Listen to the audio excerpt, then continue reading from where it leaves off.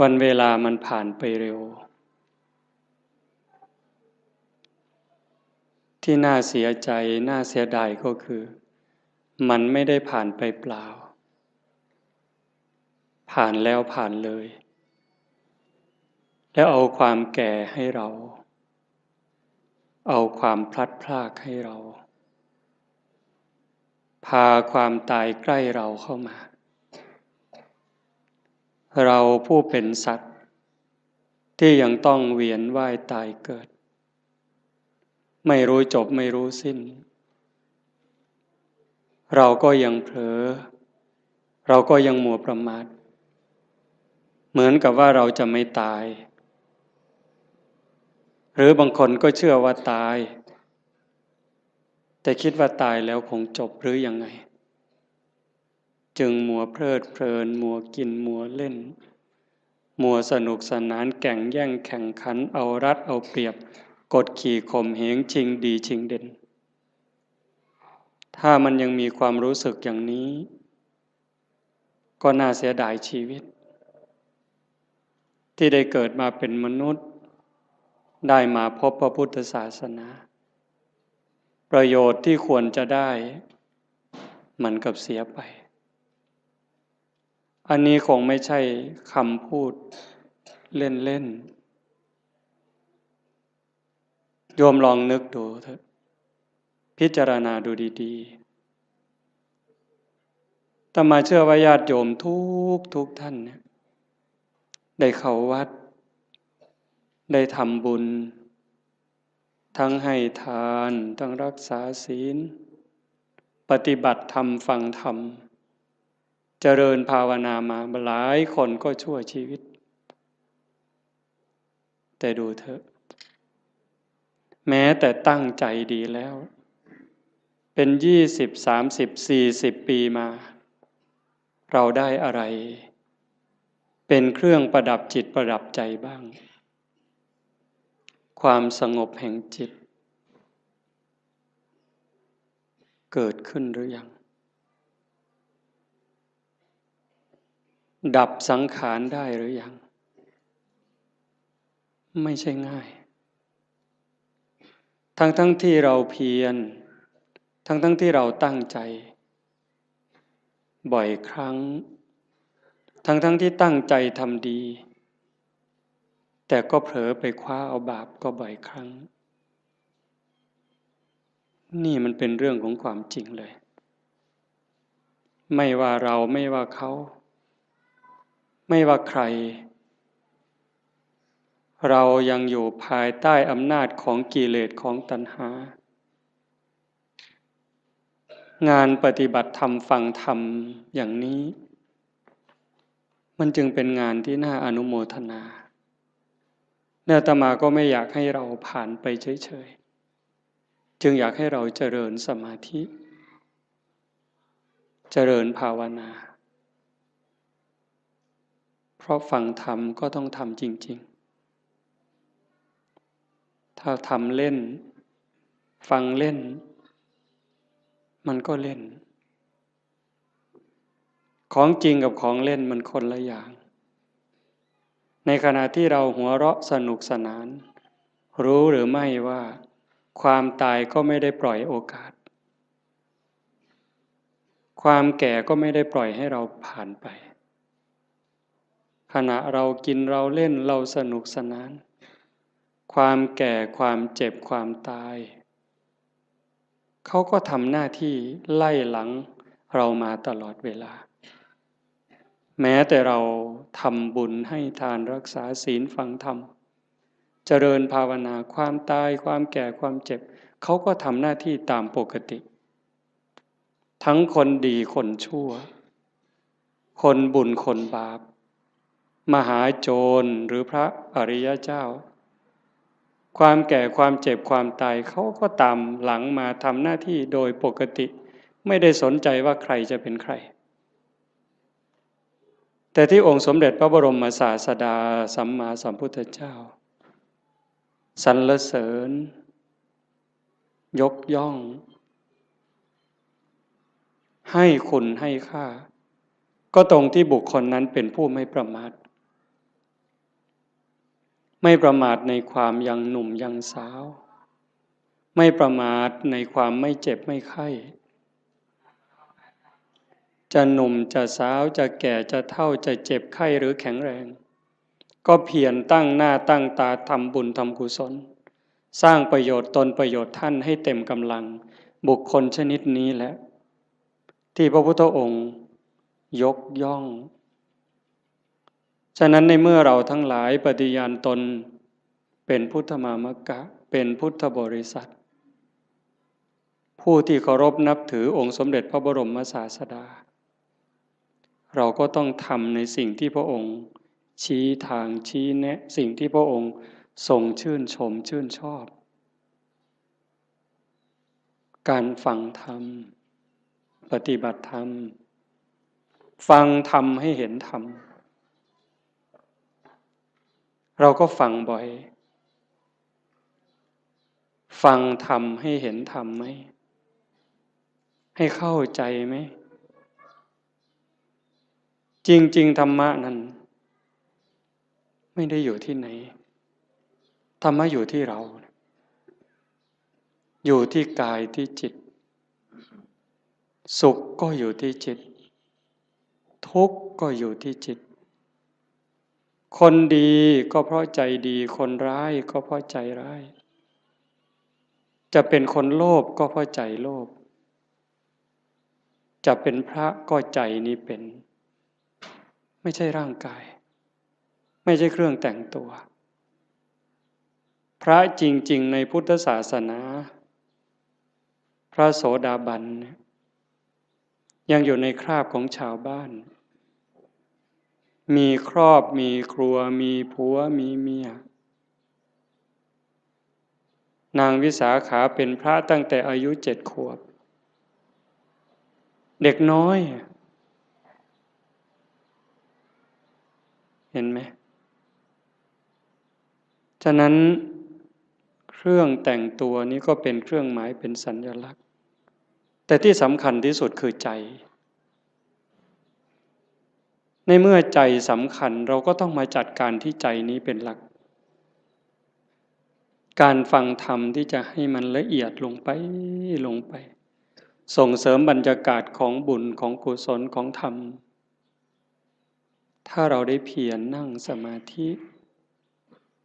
กลั่นจิตกลั่นใจพอสมควรมันจะถึงละเอียดจิตนิ่งจิตละเอียดก็จะพิจารณาธรรมให้ละเอียดลงไปจริงๆนั้นโยมลองนึกดูชีวิตเถอะตั้งแต่จำความได้จนวันนี้จะเป็นคนหนุ่มคนสาวก็ตามกลางคนก็ตามจนถึงผู้เฒ่าผู้แก่หัวงอกหัวขาวเนี่ยโยมลองนึกดูว่าในชีวิตเราเนี่ยมันเคยมีความสุขจริงๆบ้างไหมความสุขสงบร่มเย็นในใจความสุขชนิดที่มองไม่เห็นโทษเห็นความผิดความพลาดสุขเพราะไม่เห็นบาปที่เกิดจากคำพูดความคิดการกระทำของเรามีบ้างไหมเราอาจจะมีความสนุกจริงได้กินได้เล่นได้ร้องได้รำได้สนุกสนานเราก็จะเข้าใจว่ามันเป็นความสุขแต่ลึกๆมันมีความรุ่มร้อนเผาลนอยู่ชีวิตชนิดนี้นี่เป็นชีวิตที่ขาดทุนต่อให้มีเงินเป็นหมื่นล้านแสนล้านมีอำนาจล้นฟ้าล้นแผ่นดินมีคนนับถือทั้งโลกแต่ถ้าหากนึกถึงการกระทำของตนเองเมื่อไหร่มีความรู้สึกว่าไม่สบายใจแม้จะมีอำนาจไม่กลัวใครแต่กลัวเขารู้ไม่ได้กลัวเขาจับติดคุกติดตารางหรือเขาจะดูหมิ่นดูแคลนเขาจะเอาไปทำอะไรไม่ได้กลัวตรงนั้นแต่กลัวเขารู้ เท่านั้นความสุขก็หายแล้วแม้จะขู่ด้วยสายตาขู่ด้วยคำพูดคนที่รู้เรื่องของเราก็กลัวจนหำหดแต่ตนเองก็กลัวยมบาลจะรู้อยู่เองชนิดนี้แล้วมันหาความสุขไม่เจอความสุขสงบร่มเย็นจริงๆไม่ได้ตรงกันข้ามต่อให้ยากจนข้นแค้นหูหนวกตาบอดขอทานเลี้ยงชีวิตหากพิจารณาดูแล้วคำพูดความคิดการกระทำของตัวเองนึกถึงทีไรแล้วชื่นใจอิ่มใจภูมิใจสบายใจยิ่งคนรู้คนก็จะมีความสุขตามจะมีความภาคภูมิใจด้วยนั่นแหละเป็นความสุขจริงๆแม้บุคคลพวกนั้นจะตาบอดหูหนวกขอทานเลี้ยงชีวิตแต่นั่นคือเศรษฐีนั่นคือคนรวยรวยบุญรวยกุศลวันนี้เป็นวันฟังธรรมวันธรรมสวนะญาติโยมอำเภอโพนทรายอำเภอสุวรรณภูมิอำเภอรัตนบุรีบางกลุ่มบางหมู่บ้านได้มารวมกันฟังธรรมที่วัดบ้านโพนทองแห่งนี้แต่มาว่าคนไม่มีบุญเนี่ยก็จะไม่มีโอกาสมาร่วมงานบุญแบบนี้ไม่สนใจไม่ใส่ใจเป็นเรื่องธรรมดาเป็นเรื่องปกติที่พระพุทธองค์บอกว่าคนทั้งหลายสัตว์ทั้งหลายนี่ที่เกิดมาในโลกนี้เมื่อสิ้นชีวิตตายจากโลกนี้ไปโอกาสจะไปแออัดยัดเยียดกันอยู่ในอบายภูมิมีนรกเป็นต้นนั้นมากมายเหมือนเม็ดดินในภูเขาหิมาลัยมีส่วนน้อยเท่ากับดินที่ติดในเล็บมือที่ตัดสั้นๆเสมอเนื้อเพียงแค่นิ้วเดียวที่เมื่อสิ้นลมหายใจแล้วจะต้องไปอุบัติบังเกิดอย่างสุคติโลกสวรรค์มีน้อยนิดเดียวเหมือนกับดินที่ติดในเล็บที่ตัดสั้นๆเสมอเนื้อแต่ส่วนใหญ่จะไปแออัดยัดเยียดกันอยู่ในนรกบ้างเปรตบ้างอสุรกายบ้างสัตว์เดรัจฉานบ้างมากมายเหมือนเม็ดดินในภูเขาหิมาลัยยิ่งเวลาปัจจุบันมันยิ่งเด่นชัดคำสอนของพระพุทธเจ้าเนี่ยถ้าญาติโยมมีโอกาสได้ทำความเข้าใจนึกให้ละเอียดยิ่งเวลานี้นี่เขามีหนังเรื่องพระพุทธเจ้าโยมดูดีๆมีเวลาดูแล้วก็มองกว้างๆอย่าเชื่อทันทีแต่มองกว้างๆมองลึกๆกว้างด้วยลึกด้วยไกลด้วยโยมจะเห็นความสะอาดความบริสุทธิ์หมดจดงดงามความเมตตาอันยิ่งใหญ่ขององค์สมเด็จพระบรมศาสดาถ้าพูดภาษาเรามีความห่วงใยมีความสงสารเห็นอกเห็นใจห่วงใยสัตว์ทั้งหลายเหลือประมาณจะหาใครเทียบเท่าขี้ฝุ่นของพระองค์ไม่ได้นอกจากมีความเมตตาความปรารถนาดีพระปัญญาความสว่างไสวแทงทะลุปลุกโปร่งความลับของจักรวาลความลับของชีวิตได้ชัดเจนไม่มีที่ขาดตกบกพร่องอะไรเลยนี่เจ้าลัทธิศาสดาและหลายท่าน มีความรักมีความเมตตามีความห่วงใยต่อเพื่อนร่วมทุกข์เกิดแก่เจ็บตายก็มากแต่ปัญญาที่จะชี้ทางออกบอกทางถูกให้กับคนนั้นไม่พอปัญญาไม่พอปัญญาไม่ถึงแต่พระพุทธเจ้านั้นปัญญาสว่างไสวตรัสคำไหนก็คำนั้น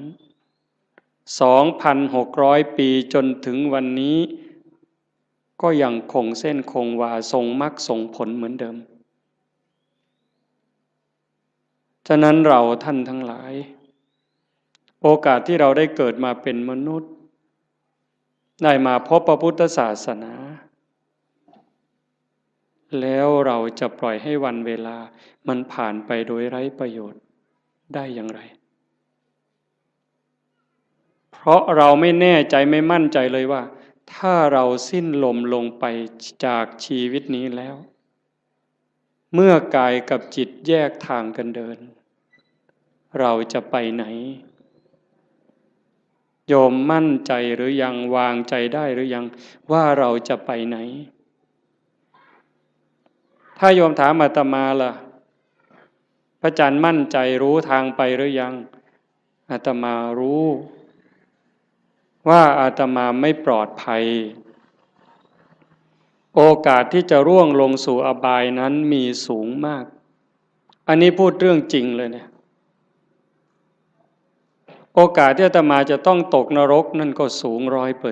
100%โอกาสที่จะไปเป็นเปรตไปเกิดอสุรกายไปเกิดเป็นสัตว์เดรัจฉานก็100%นั่นเพราะอะไรเพราะการบ่มจิตบ่มใจนั้นยังไม่ถึงขั้นบางครั้งจิตยังวุ่นวายใจยังสับสนบอกว่าอย่าคิดมันก็ยังคิดเวลานั่งเจริญภาวนาให้อยู่กับลมหายใจมันก็ได้แค่รอบหรือแค่ครั้งเดียวหายใจเข้ายังไม่ได้หายใจออกเลยมันก็คิดเรื่องนู้นหายใจออกยังไม่ได้เข้ามันก็ไปคิดเรื่องนั้นดีบ้างไม่ดีบ้างสารพัดแล้วใครเก่งทีนี้ใจตัวนี้นะสวรรค์ในอกนรกในใจนิพพานไม่ใกล้ไม่ไกลหายใจก็ได้ยินเวลาเราไปร่วมงานศพฟังเทศน์ครูบาอาจารย์ท่านก็จะพูดเสมอจิตเตสังกิริเถทุคติปาติกังขาเมื่อจิตเศร้าหมองแล้วทุคติก็ย่อมเป็นอันหวังนั่นคำว่าเศร้าหมองมันไม่ถึงกับสกปรกเด้โยมฟังดีๆนี่นั่งหลับตาฟังดีๆคิดตามคำว่าเศร้าหมองนี่ยังไม่ถึงกับสกปรกจนน่าเกลียดเด้ถ้วยชามเราล้างอย่างดีใส่ตู้กับข้าว5 วัน10 วันผ่านไปถ้าเราจะใช้ใหม่เนี่ยโยมยังต้องล้างเพราะฝุ่นละเอียดมันเข้าไปจับแล้วถ้ายิ่งเป็นเดือนเนี่ยเรามือไปขีดดูก็จะเป็นรอยในจานนั้นแต่มันไม่ได้สกปรกเกอะกรังน้ำแกงน้ำข้าวน้ำพริกไม่ได้เกี่ยวถึงขนาดนั้นเชื้อราก็ยังไม่เกิดแต่มันเป็นฝุ่นเข้ามาจับจิตใจเราก็เหมือนกันถ้ามันยังหงุดหงิดยังขุ่นเคืองคนพูดไม่ใช่ว่าไม่ถูกหูหรอก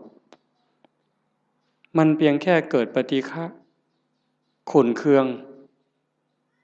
เท่านั้นจิตก็เศร้าหมองถ้ามันเกิดบ่อยมันก็จะพัฒนาการจากความหงุดหงิดธรรมดาเป็นความขุ่นเคืองหนักขึ้นจนเป็นความโกรธเป็นอาฆาตพยาบาทตามมาถ้าไม่รีบรักษามันยิ่งกว่ามะเร็งอีกเห็นไหม ความโลภก็เหมือนกันความโกรธก็เหมือนกันความอิจฉาริษยาก็เหมือนกันเรื่องกิเลสราคะพวกเหล่านี้นิวรณ์เครื่องกั้นกามราคะเห็นไหมยิ่งปัจจุบันเนี่ยจิตใจคนไหลลงต่ำเรื่องผัวเรื่องเมียเรื่องเพศกามารมณ์เนี่ยมันกัดกินใจคนเนี่ยไม่รู้หนุ่มรู้แก่ไม่มีเวลากลางวันกลางคืนไม่รู้ใครเป็นใครเพราะมันมีสิ่งยั่วยุตลอดเปิดโทรทัศน์ขึ้นมันก็ยั่วแล้วเปิดวิทยุแทบขึ้นมันก็ยั่วแล้วยิ่งมีโทรศัพท์เล่นอินเทอร์เน็ตอะไรเฟซไลน์ลงไปนี่มันจะมีทั้งหมดเขาบอกอย่างนั้นก็จะไปเห็นอะไรหลายอย่างจิตก็จะแตกใจก็จะพังลูกหลานเราก็จนไม่เคารพพ่อแม่ลูกหลานไม่เคารพไม่เชื่อฟังพ่อแม่ลูกศิษย์ไม่เคารพครูบาอาจารย์พระเนนบางครั้งก็ไม่อยู่ในร่องในรอยเพราะสิ่งเหล่านี้จึงไม่แปลกที่พระพุทธเจ้าว่าจะไปแออัดยัดเยียดกันในนรกบ้างเปรตบ้างอสุรกายบ้างมากมายเหมือนดินในเม็ดดินในภูเขาหิมาลัยแต่มันก็ไม่เหลือวิสัยถ้าใครฝึกใครฝนใครอบรมบ่มจิตบ่มใจเนี่ยเพียรวันนี้ยังไม่ได้แต่ไม่ลดไม่ละในขณะที่เราเพียรฝึกขัดเกลาจิตใจตนเองแม้มันยังไม่สงบแต่บุญนั้นเราได้แล้วบุญนี่มันเกิดบุญนั้นมันได้ถ้าเราเพียรเราขัดเราเกลาจนกั้นจิตไว้หายใจเข้าก็ชัดเจนหายใจออกก็ชัดเจนช่วงที่เราเห็นลมเข้าชัดเจนลมออกชัดเจนช่วงนั้นกิเลสขาดไปจากใจ1 รอบ2 รอบ3 รอบขยายยืดเวลาให้มันมากขึ้นมากขึ้นมากขึ้นพอเรารู้จักขยายเวลาให้จิตอยู่กับความว่างจากความยึดมั่นหมายแห่งความเป็นตัวตนได้มันจะพัฒนาไปเรื่อยพรากเวทนาเวลาตาเห็นหูได้ยินจมูกได้กลิ่นลิ้นได้รสกายสัมผัสใจนึกคิดแล้วเราไม่ดึงเข้ามาเป็นเจ้าข้าวเจ้าของรู้แล้วก็ปล่อยมันเป็นเรื่องของธรรมชาติกลับมาอยู่กับอารมณ์ขององค์พระกรรมฐานไว้เรื่อยๆถ้าเราทำได้อย่างนี้บ่อยๆนั่นเก่งแล้วแกร่งแล้วถ้าเรารักษาจิตสภาพนี้ไว้ได้ในขณะเป็นอยู่ในขณะเจ็บป่วยหรือขณะใกล้ตายจิตเราก็จะไปอีกทางหนึ่งจิตเตอสังกิริเถสุขติปาติกังขาเมื่อจิตไม่เศร้าหมองแล้วสุขติก็ย่อมเป็นที่หวัง เรื่องนี้มันอาจจะฟังยากไม่สนุกฟังแบบหนึ่งมันไม่สนุกเลยแต่ถ้าคนรักตนเองล่ะถ้าคนที่รักตนเองสงสารตนเองห่วงใยตนเอง ห่วงใยจิตวิญญาณตนเองนี่ฟังเรื่องนี้นี่มันจะสนุกมากมันจะดูดไปเลยฟังแล้วสนุกอยากติดตามอยากทำความเข้าใจมันจะติดตามแต่ติดตามเฉยๆมันก็จะไม่รู้ถ้าเราฝึกด้วยอย่างตอนนี้เนี่ยเอาคนที่พอสู้ได้เด้ยืดตัวตรงๆหายใจเข้ายาวๆลึกๆทำใจสบายๆปล่อยลมยาวๆสบายๆไม่กดไม่เกร็งพยายามตามเข้าตามออกหรือดูที่จุดลมกระทบถ้ามันเห็นอย่างนั้นความอิ่มใจมันจะเกิดวัน1 2 3 วันนี่ยังไม่เท่าไหร่ ถ้าเราทำไปเรื่อยๆผ่านวันที่3ผ่านวันที่4น้ำตาเริ่มมีนึกอะไรน้ำตาก็จะไหลมีความทุกข์ความวิตกกังวลพอน้อมจิตมาดูลมให้แนบสนิทสติดูที่จุดลมกระทบแนบสนิทลากลมละเอียดละเอียดเข้ายาวออกยาวความรู้สึกเป็นสุขอิ่มเอิบใจมันก็เกิดมาอันนี้ยังไม่ใช่วิเศษวิโสอะไรหรอกเป็นเรื่องธรรมดาถ้าเราทำไปเรื่อยๆเรื่อยๆกลั่นจิตกลั่นใจของเราอย่างนี้บุญนั่นมันมากกว่าทอดกฐินเป็น800 ล้านไม่ต้องลงทุนลงแรงเลยนะบุญนี่มันต้องใช้ทุนใช้เงินใช้ทองอยู่ในบางเรื่องทานเนี่ยแต่ว่าการยกจิตยกใจเนี่ยมันไม่ได้ใช้อาศัยบ้างนิดหน่อยการให้ทานเป็นเพียงแค่เครื่องประดับจิตประดับใจให้จิตใจได้อิ่มเอิบได้เป็นเครื่องหมายแต่ถ้าเราทานตัวนี้บริจาคความโกรธบริจาคความหงุดหงิดขุ่นเคืองความเห็นแก่เนื้อแก่ตัวความรู้จักเอารัดเอาเปรียบเนี่ยพยายามสลัดสิ่งนี้ออกไปให้ทานความสะดวกสบายออกไปฝึกฝนอบรมตนพอเราทำอย่างนี้บ่อยๆบ่อยๆมันจะได้ติดในองค์อาตมารับประกันได้นะรับประกัน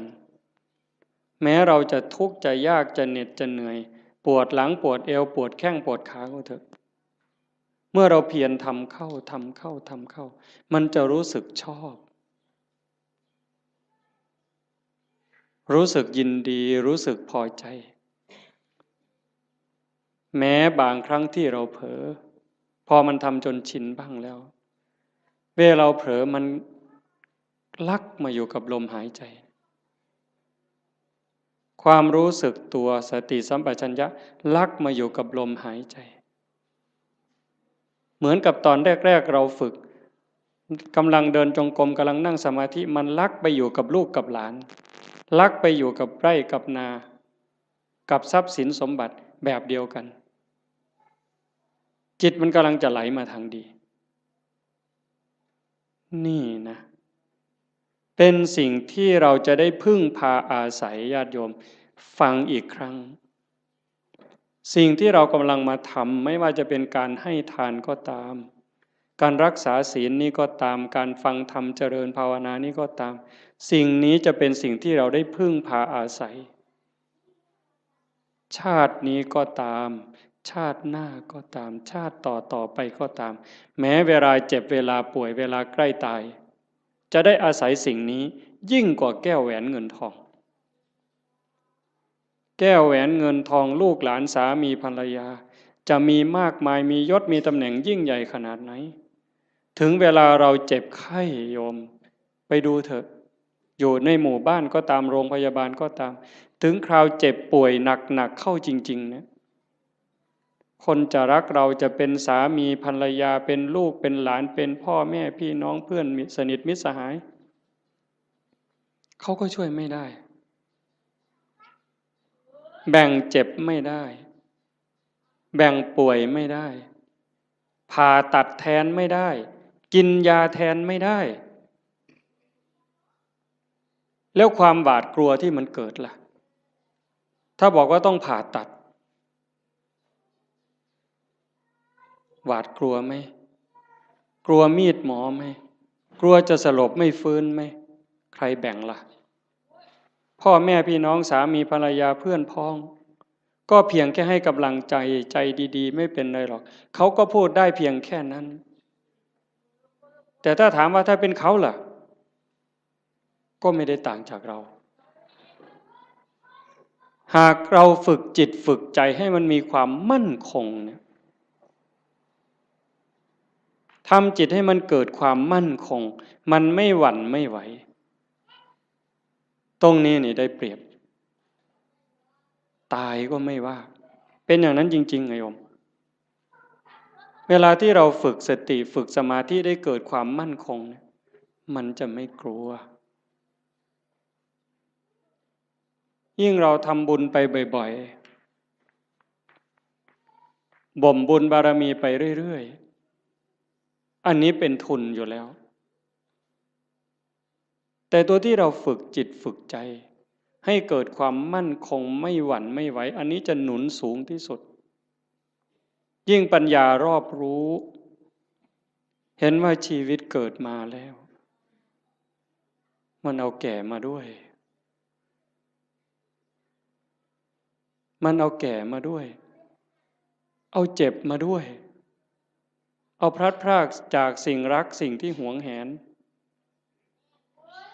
ให้เราไปประสบกับสิ่งที่เราไม่พึงพอใจไม่ปรารถนาเอาความผิดหวังในเมื่อเราตั้งใจอยากจะได้อย่างนั้นอยากจะมีอย่างนี้แต่ก็ผิดหวังอยู่เรื่อยพอตั้งใจปั๊บหวังปั๊บก็ผิดหวังเลยโยมก็เจอมาทุกคนเกิดเป็นธรรมดาแก่เป็นธรรมดาเจ็บเป็นธรรมดา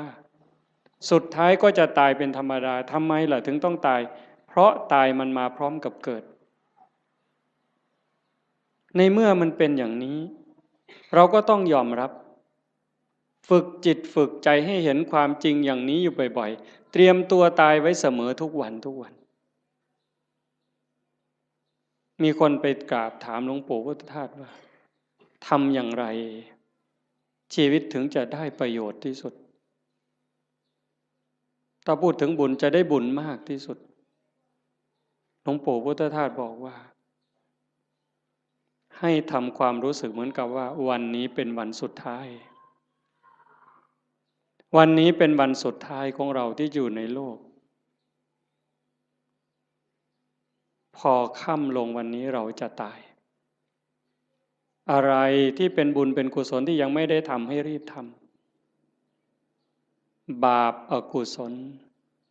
อะไรที่ยังไม่ได้ละก็ให้รีบละขัดข้องหมองใจกับใครทำผิดทำพลาดกับใครก็รีบไปขอโทษเขาซะใครทำคุณทำประโยชน์กับเรายังไม่ขอบคุณเขาด้วยปากหรือไม่ได้ขอบคุณเขาด้วยใจก็รีบซะในเมื่อเราขอบคุณเขาขอโทษเขาจิตใจเราจะปลอดโปร่งโล่งเบาขึ้นง่ายต่อการภาวนาอีกจากนั้นก็พิจารณาชีวิตมันไม่มีอะไรเป็นของเราเลยโยมดูเถอะอันนี้โยมอย่าเชื่ออาตมานะโยมใช้สมองของโยมธรรมะมันอยู่ที่ใจเราโยมไม่ได้อยู่ที่คำพูดไม่อยู่ในหนังสือไม่อยู่ในพระไตรปิฎกเลยไม่ใช่เลยอยู่ในใจเนี่ยตัวรู้โยมมีพร้อมทั้งหมดทุกคนไม่ได้ต่างกันเวลาโกรธเนี่ยถ้าไม่มีธรรมะต่างคนก็ต่างอวดกันเนี่ยอวดความเกรี้ยวกราดความแกร่งกล้าความเลวร้ายของตนเองอวดโง่เขาว่าอย่าอวดดีนี่อาตมาว่ามันดีถ้ามีดีให้อวดนี่รีบอวดแต่ส่วนมากอวดโง่เห็นไหมกินเหล้าเลยหลายลังก็ไปอวดเขาว่ากินได้หลายลังอวดโง่นั่นมันอวดโง่ไม่กลัวใครใครจะลองเอาอะไรก็ว่ามาท้าตีท้าต่อยนั้นอวดโง่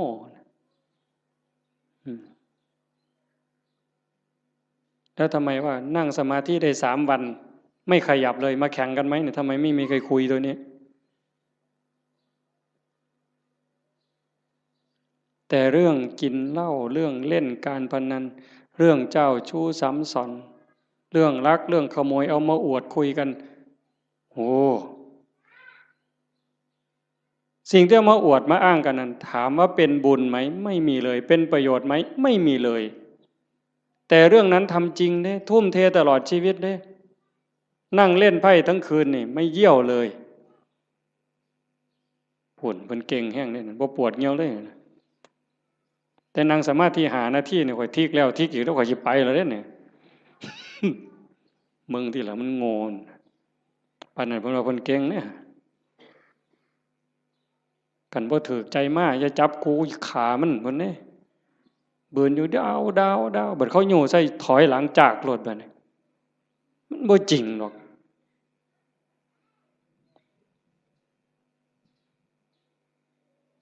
แต่เวลาทำคุณงามความดีนี่โอ้ยบ่คักแม่ใหญ่บ่คักเพิ่นเด้เพียรในการประพฤติปฏิบัตินี้ก็ไม่เท่าไหร่แต่ก็ยังดีเรามาขนาดนี้ก็ให้เราเข้าใจว่าเรากำลังเก็บเกี่ยวสัมภารธรรมค่อยๆเก็บค่อยๆตำเก็บกรรมเพิ่มเติมทีละนิดทีละหน่อยอย่าสนุกสนานมากหัดพรากด้วยดิหัดพรากจากลูกจากหลานบ้างเบิ่งจังหนึ่งก็เป็นตะลุโตนย่ายอยู่ดอกกันว่าไปออเสาะเลี้ยงหลานกะยานเขาบ่ให้กินกะทำท่าหักลูกเขาไปสั่นละพอเขาให้อยู่นำที่จริงนี่เขาเห็นหมู่เจ้าหมดประโยชน์แต่โดนแล้วได้หมู่เจ้าฮู้บ่เด้ท่านฮู้โตบ่ว่าเขาว่าหมู่เจ้าเป็นคนบ่มีประโยชน์แล้วเด้ซุมื้อใครแน่แต่ครูบาได้พอได้ย่องหมู่เจ้านี่พอได้กินข้าวนำมื้อซื่อเด้คันลองหมู่เจ้าจังหันบ่ได้โลดครูบาก็บ่เบิ่งหมู่เจ้าพอตายคือกันนี่หิฟ้าวเฮ็ดบุญฟ้าวภาวนาลงวัดลงว่าเอาจริงเอาจังมันสิมีเวลาอีกจักมื้อเจ้าว่าอีกจักหน่อยก็ออกพรรษาแล้วอีก7มื้อนึงลมวีวีมื้อนี้ไทจำบีก็ออกเที่ยวซั่นเด้เพิ่นว่าลมวีวีไทจำบีออกเที่ยวจักสิไปไสแล้วไทจำบีก็ได้ผู้สิตายแน่นี่ล่ะหาเลิกหายามแล้วเพิ่นสิสึกเพิ่นสิไปรวยเพราะปันเก่าหั่นล่ะมันสิได้พอ3 มื้อบ่หัวตีดินคือเก่าอย่ามาคุยโตเว้ยสิสึกไปเลี้ยงแม่บ่มีผู้อยู่นำพ่อนำแม่เพิ่นโอ้คือดอกโอ้ยบ่เห็นกลุ่มมือจักหลายออกไปปั๊บศพอยู่แก่คันหัวพุ่นบ่พอข้าวตีกันแล้วบักทิศนั่นเพิ่นว่าแม่ยากอีกบัดนี้ไปเว้าค่วมไปเสียค่าเหล้าให้มันบักทิศทิศมาจากคำว่าบัณฑิตบัณฑิตผู้ฮู้ผู้ฉลาดฮู้ดีฮู้ชั่วหมดแล้วเป็นหยังจังไปฆ่ากันตีกันให้แม่ยากแว้งให้แม่ไปเสียค่าเหล้ามันปลอมบวชมันจะ3 ศาสตร์พุ่นเนาะครูบาเขียวเจ้าของมันหูดำหูแดงมึงนะเพราะว่าโอกาสที่จะอยู่ในสภาพเช่นนี้เวลาที่จะเก็บเกี่ยวบุญกุศลฝึกตนเองแบบนี้มันไม่มีจะหมดโอ้ว่าแล้วก็เรื่องหนึ่งเด้อยายเด้อจะว่าเรื่องดีก็ดีเด้เรื่องน่าสลดใจก็น่าสลดใจแต่ทุกอย่างมันมีคู่ในความชั่วก็มีความดีในความรู้สึกสลดใจก็มีความภาคภูมิใจอยู่ในนั้นตอนนี้สามเณรทางจังหวัดศรีสะเกษ19 สามเณรในโรงเรียนนี่แหละเพราะมันป่านนั้นนี่ยังเป็นของจริงอย่าไปเฮ็ดเราเด้อปล่อยแล้วกันสุดยอดแล้วล่ะนะ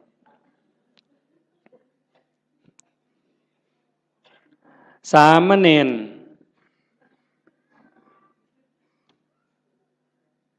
เห็นญาติโยมไปจำศีลเนี่ยฟังดีๆได้เรื่องนี้เนี่ย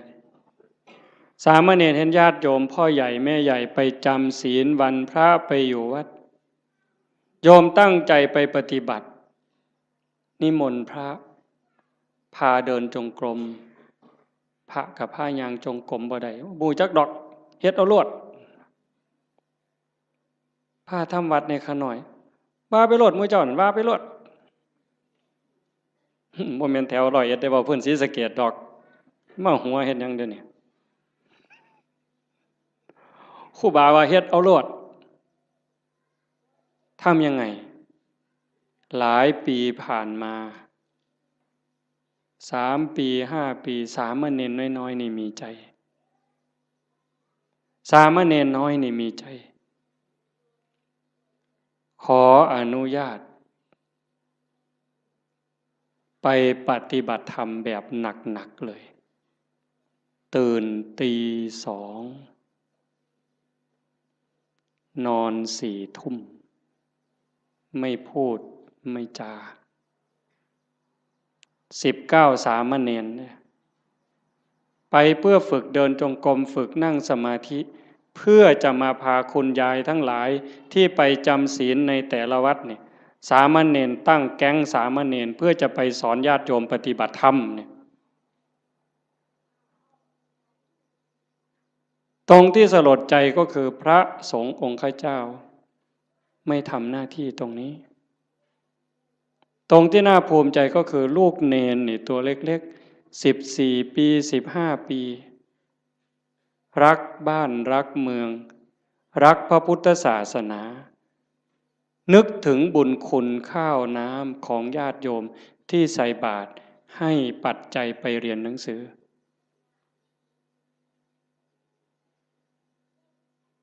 เหตุการณ์นี้เกิดขึ้นแล้วอาตมาได้ยินข่าวอาตมาก็จะสนับสนุนเต็มกำลังเลยตัวเนี้ย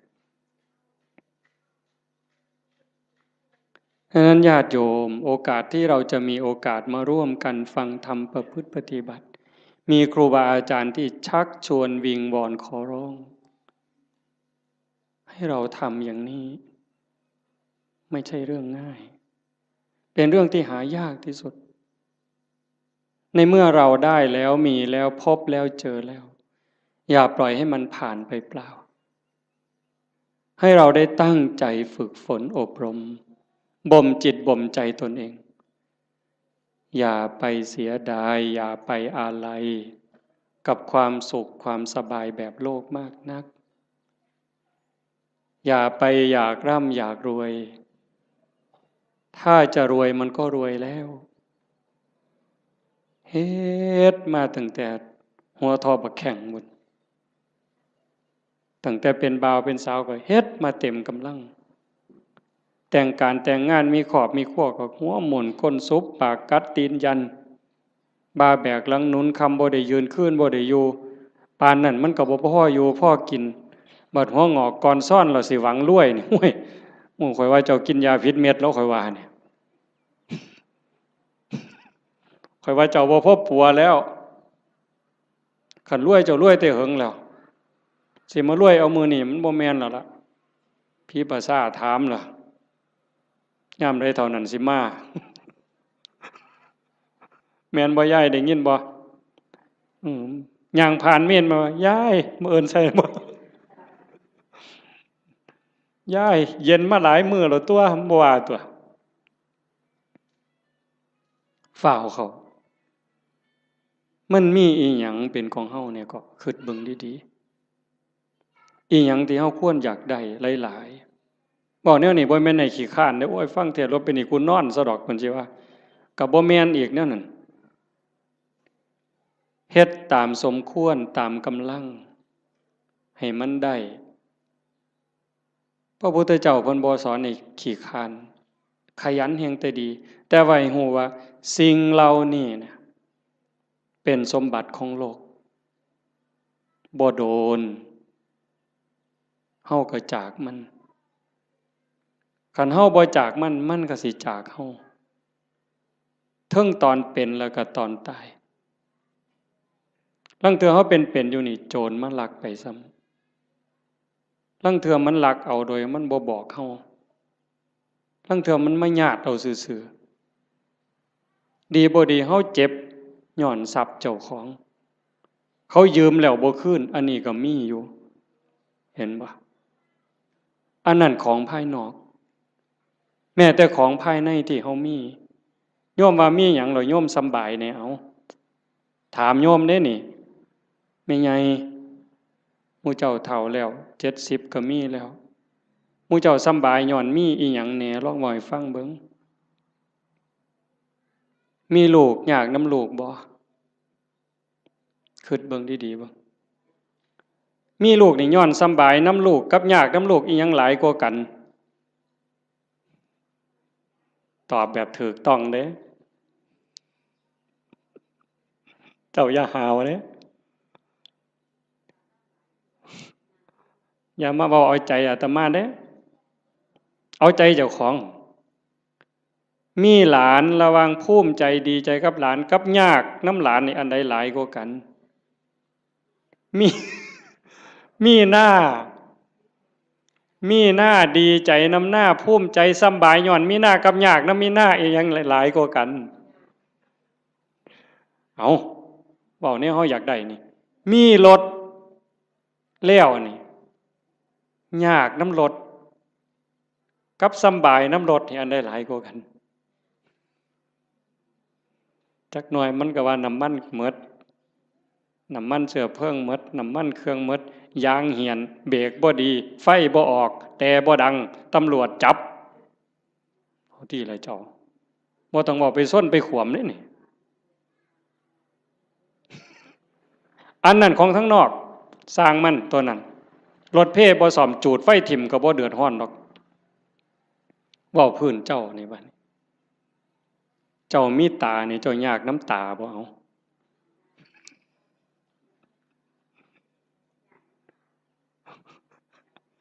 บ่ท่านว่าไปฮอดขาดอกบ่ซ้ำตานี่เอา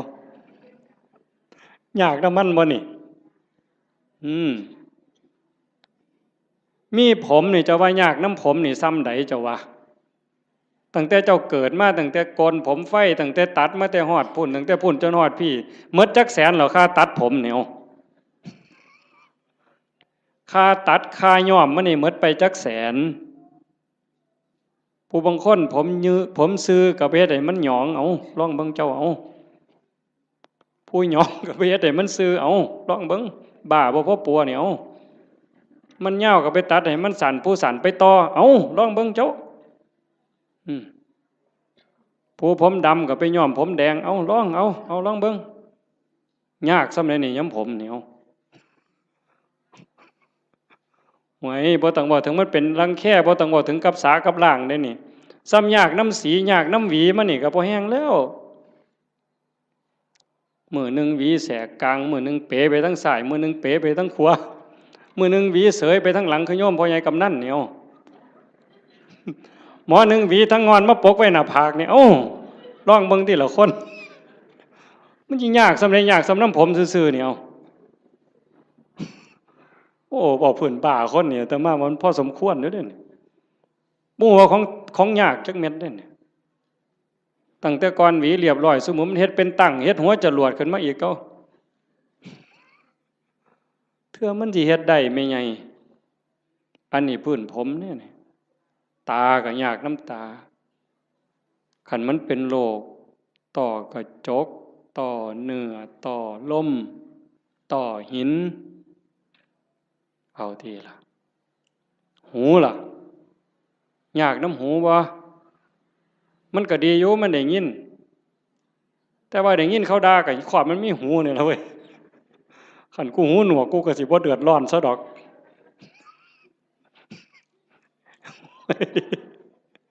มึงที่ละ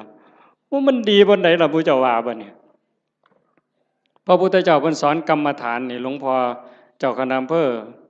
หลวงพ่อเจ้าคณะตำบลเป็นอุปชฌาย์พร้อมบวชเนียนก็ตามเลยเพิ่นให้เฮียนกรรมฐานเกษาผมทั้งหลายโลมาขนทั้งหลายหน้าขาเล็บทั้งหลายตะโจอีหยังทันตาฟันตะโจหนังผมขนเล็บฟันหนังตั้งแต่ขนตาซื่อๆนี่ไม่ไงยากบ่ขนตาเจ้าวะมันก็บ่ได้ยากนะมันปานใดล่ะมันอยู่ซื่อๆบัดมันโลนเข้ามาแท่งเข้าทั้งในนี่เจ้าโอ้ยกูมาคือละงนหวยคักแต่น้อบัดนี้เนาะขนตาซื่อๆนี่ได้นี่บ่พอล้มพอตายแต่มันหันหนหวยเนาะแขวบาดนี้เอาผมขนเล็บเอาเล็บก่อนตัดมาหลายปานใดนี่เล็บหมดมีดจักดวงขูดไปเท่าใดอันนี้ง่ายๆได้แบบครูบาตัดทิ่มแล้วกันแล้วแต่ขันของไม่ออกได้บัดนี้ ซุมื้อนี้ย้อมสีซื่อๆก็บ่พอจักเอาหยังมาแต้มอีกบัดนี้โอ้ยแต่งเล็บเทื่อนึงนี่ซื้อปุ๋ยได้3กระสอบแม่ใหญ่บ้าบ่เจ้าว่าหั่น จักเล็บมือเล็บตีนเนี่ยอันนี้กรรมฐานเนี่ยพระพุทธเจ้าให้เฮียนเนี่ยเล็บตีนผู้บางคนก็ตัดเองบ่ได้ไปให้เขาตัดให้อันไข้อยู่ค่ะมันบ่เจ็บบ่ปวดสมัยนี้บ่มีผู้ใดเป็นเล็บตีนสักปานใดติเนาะจักสิว่าปวดจักสิว่าคันจักสิว่าเจ็บเหม็นก็เหม็นเว้ยแต่ว่ากิ้มแล้วเพิ่นบ่ถิ่มเด้อล่ะเป็นอยู่บ่ทั้ง101นี่กิ้มเล็บตีนเน่ามาดมนึงโอ้ยข่อยว่าพ่อไปถิ่มหมดซุคนนั่นล่ะเว้ยบ้าใหญ่อยู่เด้นี่คันเว้าว่าเจ้าของดีหมดได้ไผก็ได้บัดเบิ่งจังซี่ล่ะมันบ้าคือดีเจ้าทบทวนเจ้าของให้มันคักๆโลดแขวบัดนี้เบิ่งเด็กน้อยซุมื้อมันเอาหยังสัดแขวมันน่ะจักสีหยังตัวสีหยังแปลงแล้วก็บ่พอต้องมีแนวมาม่วนปากอีกเขาก็หนูทางมาโฆษณาล่อเฮาเด้เห็นแนวม่วนปากกันเนี่ยถ้ามาบ่หารใส่เว้ยโยมเอามาถวายยามใดอาตมาก็มีแต่ขี้เดียดเว้ยจักคิดแนวใดอาตมาบ่เข้าใจเจ้าของคือกันล่อให้ผู้อื่นเสยเอาไปแนวว่าซั่นปานเฮาสิโสกปรกปานนั้นเนาะสีเขียวแล้วก็สิแล้วตัวเว้ยม่วนปากแล้วก็สิแล้วตัวยังสิมาม่วนปากอีหยังลิตเตอรีนอีกทุกซอกทุกมุมอยู่กูบ่ใส่น้ำสูกูบ่ปวงปานนั้นหรอกเว้ยบัดมันแขวปวดขึ้นมาเด้บัดปวดมาเจ็บมาบัดได้ยิ้มใส่กันตอนเป็นบ่าวเป็นสาวเพิ่นก็ว่าเพิ่นคักทุนละมีความสุขอยู่ยิ้มใส่กันนั่นแต่ว่ามันปวดขึ้นมานี่แล้วแม่ใหญ่บัดนี้ไว้โยมสมมุติว่าอาตมามีมนต์พิเศษคาถาดีๆนี่เสกให้โยมรวยผู้ละ100ล้านหมดซุคนนี่เอาบ่ยายเพียงเท่าเดียวนี่เงินในบัญชีตุ๊บผู้ละ100ล้านซุคนเอาบ่ยายไผเอาแน่ยกมือแต่ว่ามีข้อแม่เจ้าต้องปวดแขวตลอดชาติเอาบ่ยายเอาเสียเงิน100ล้านไปปัวปวดแขวบ่ให้เศร้าเด้คาถานี่ต้นตายเด้บ่เอาเห็นบ่หนังล่ะบัดนี้นี่คือกรรมฐานที่พระพุทธเจ้าเพิ่นให้เฮียนได้อุปชาทุกองค์บวชเน้นบวชพระต้องให้เฮียนปัญจกะกรรมฐานหนังออนซ่อนหนังกันนี้ได้คนเนาะไม่ออกคันผู้ใดบุญหลายเพิ่นรักษาศีลไว้ดีให้ท่านรักษาศีลมีเมตตาเกิดมาชาติหลังนั้นเพิ่นสิเป็นคนมีผิวขาวผิวงามผิวเนียนดำก็ดำงามมันเนาะขาวก็ขาวงามผิวเกลี้ยงใสบ่มีฝ้าบ่มีสิวบ่มีกระ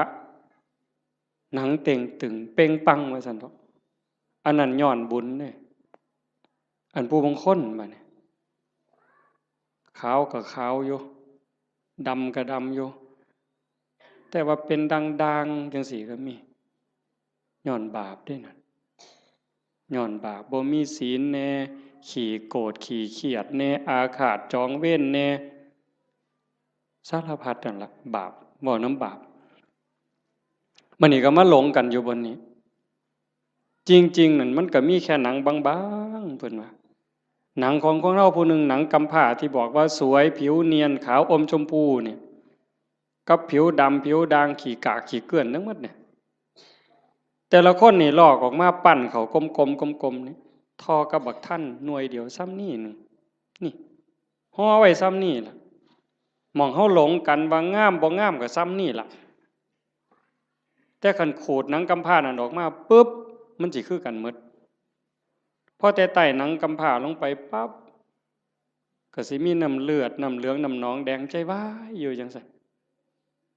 ตับไตใส่พุ่งก็ยากน้ำมันเมิดอันนี้เว้าถึงมีอันไหนยากน้ำอันนั้นเด้ท่านฝ่าหลวงประเด็นเด้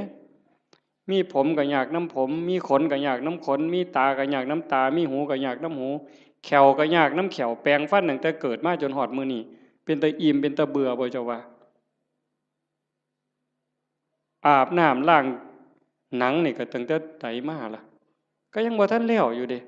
จนเขาเอาน้ำร้อนล้างเทื่อสุดท้ายมันยังจบบ่ได้ล้างเองดอกตอนนั้น ก็ล้างให้จังสิเศร้ามีตับก็ยากน้ำตับยากบ่อันเฮาบ่ทันว่าเป็นโรคตับนี่เฮาบ่งึดน้ำมันปานใดเด้แต่คันเขาว่าเป็นโรคปั๊บยากล่ะมีไตยากน้ำไตมีปอดยากน้ำปอดมีอันใดยากน้ำอันนั้นสุดท้ายก็ย้อนมีชีวิตก็จังได้ยากพระพุทธศาสนาเพิ่นสอนบ่ให้เกิดคันบ่เกิดเสียอย่างเดียวจบปัญหาที่เขาต้องมาถูกข์มายากมาลำบากลำบนมาเกิดมาแก่มาเจ็บมาตายนี่ย้อนมันมีเกิดเฮ็ดจังไดจังสิบ่ได้เกิดเฮ็ดตามคำสอนพระพุทธเจ้าก็เริ่มต้นจากการละบาปซะก่อนละบาปบ่ทำบาปด้วยกายวาจาใจแล้วก็ทำบุญกุศลให้หลายๆทำบุญด้วยกายด้วยวาจาด้วยใจให้ทานรักษาศีลเจริญภาวนาฟังเทศน์ฟังธรรมอ่อนน้อมถ่อมตนก็เฮ็ดอยู่จังสิเพียรประพฤติปฏิบัติขัดเกลาเจ้าของเฮ็ดบุญกุศลให้ได้หลายแล้วก็ฝึกชำระจิตชำระใจให้มันสะอาดบริสุทธิ์เฮ็ดหยังลงไปแล้วให้มันผ่านไปได้บ่คันบ่ภาวนานี่จบเลยบัดนี้ตรงนี้ใส่เวลาอีกจักนิดนึงสะจิตตะปริโยทปนังชำระจิตให้ขาวรอบจากการละบาปมาบำเพ็ญบุญกุศลให้หลายๆเป็นเครื่องรอเลี้ยงเป็นเครื่องจูงจิตจูงใจยกจิตยกใจแล้วมาว่างฝึกปล่อยฝึกว่างโดยเฉพาะเจริญพระกรรมฐานหัดให้กายกับใจทำงานอันเดียวกันเมื่อกายกับใจทำหน้าที่อันเดียวกันอยู่ในอารมณ์ปัจจุบันหรือปัจจุบันธรรมเนี่ยจิตเราจะวางจากอารมณ์ข้างนอกธรรมะเป็นอากาลิโกปฏิบัติได้ให้ผลได้ไม่จำกัดการนี่คือความพิเศษพุทธศาสนาไม่มีเสื่อมไม่เคยเสื่อมแล้วก็จะไม่เสื่อมให้ผลตลอดเวลาอากาลิโกปฏิบัติได้ให้ผลได้ไม่จำกัดการสันทิฏฐิโกเป็นสิ่งที่ผู้ศึกษาและปฏิบัติจะพึงเห็นได้ด้วยตนเองผู้ศึกษาและปฏิบัติจะพึงเห็นได้ด้วยตนเอง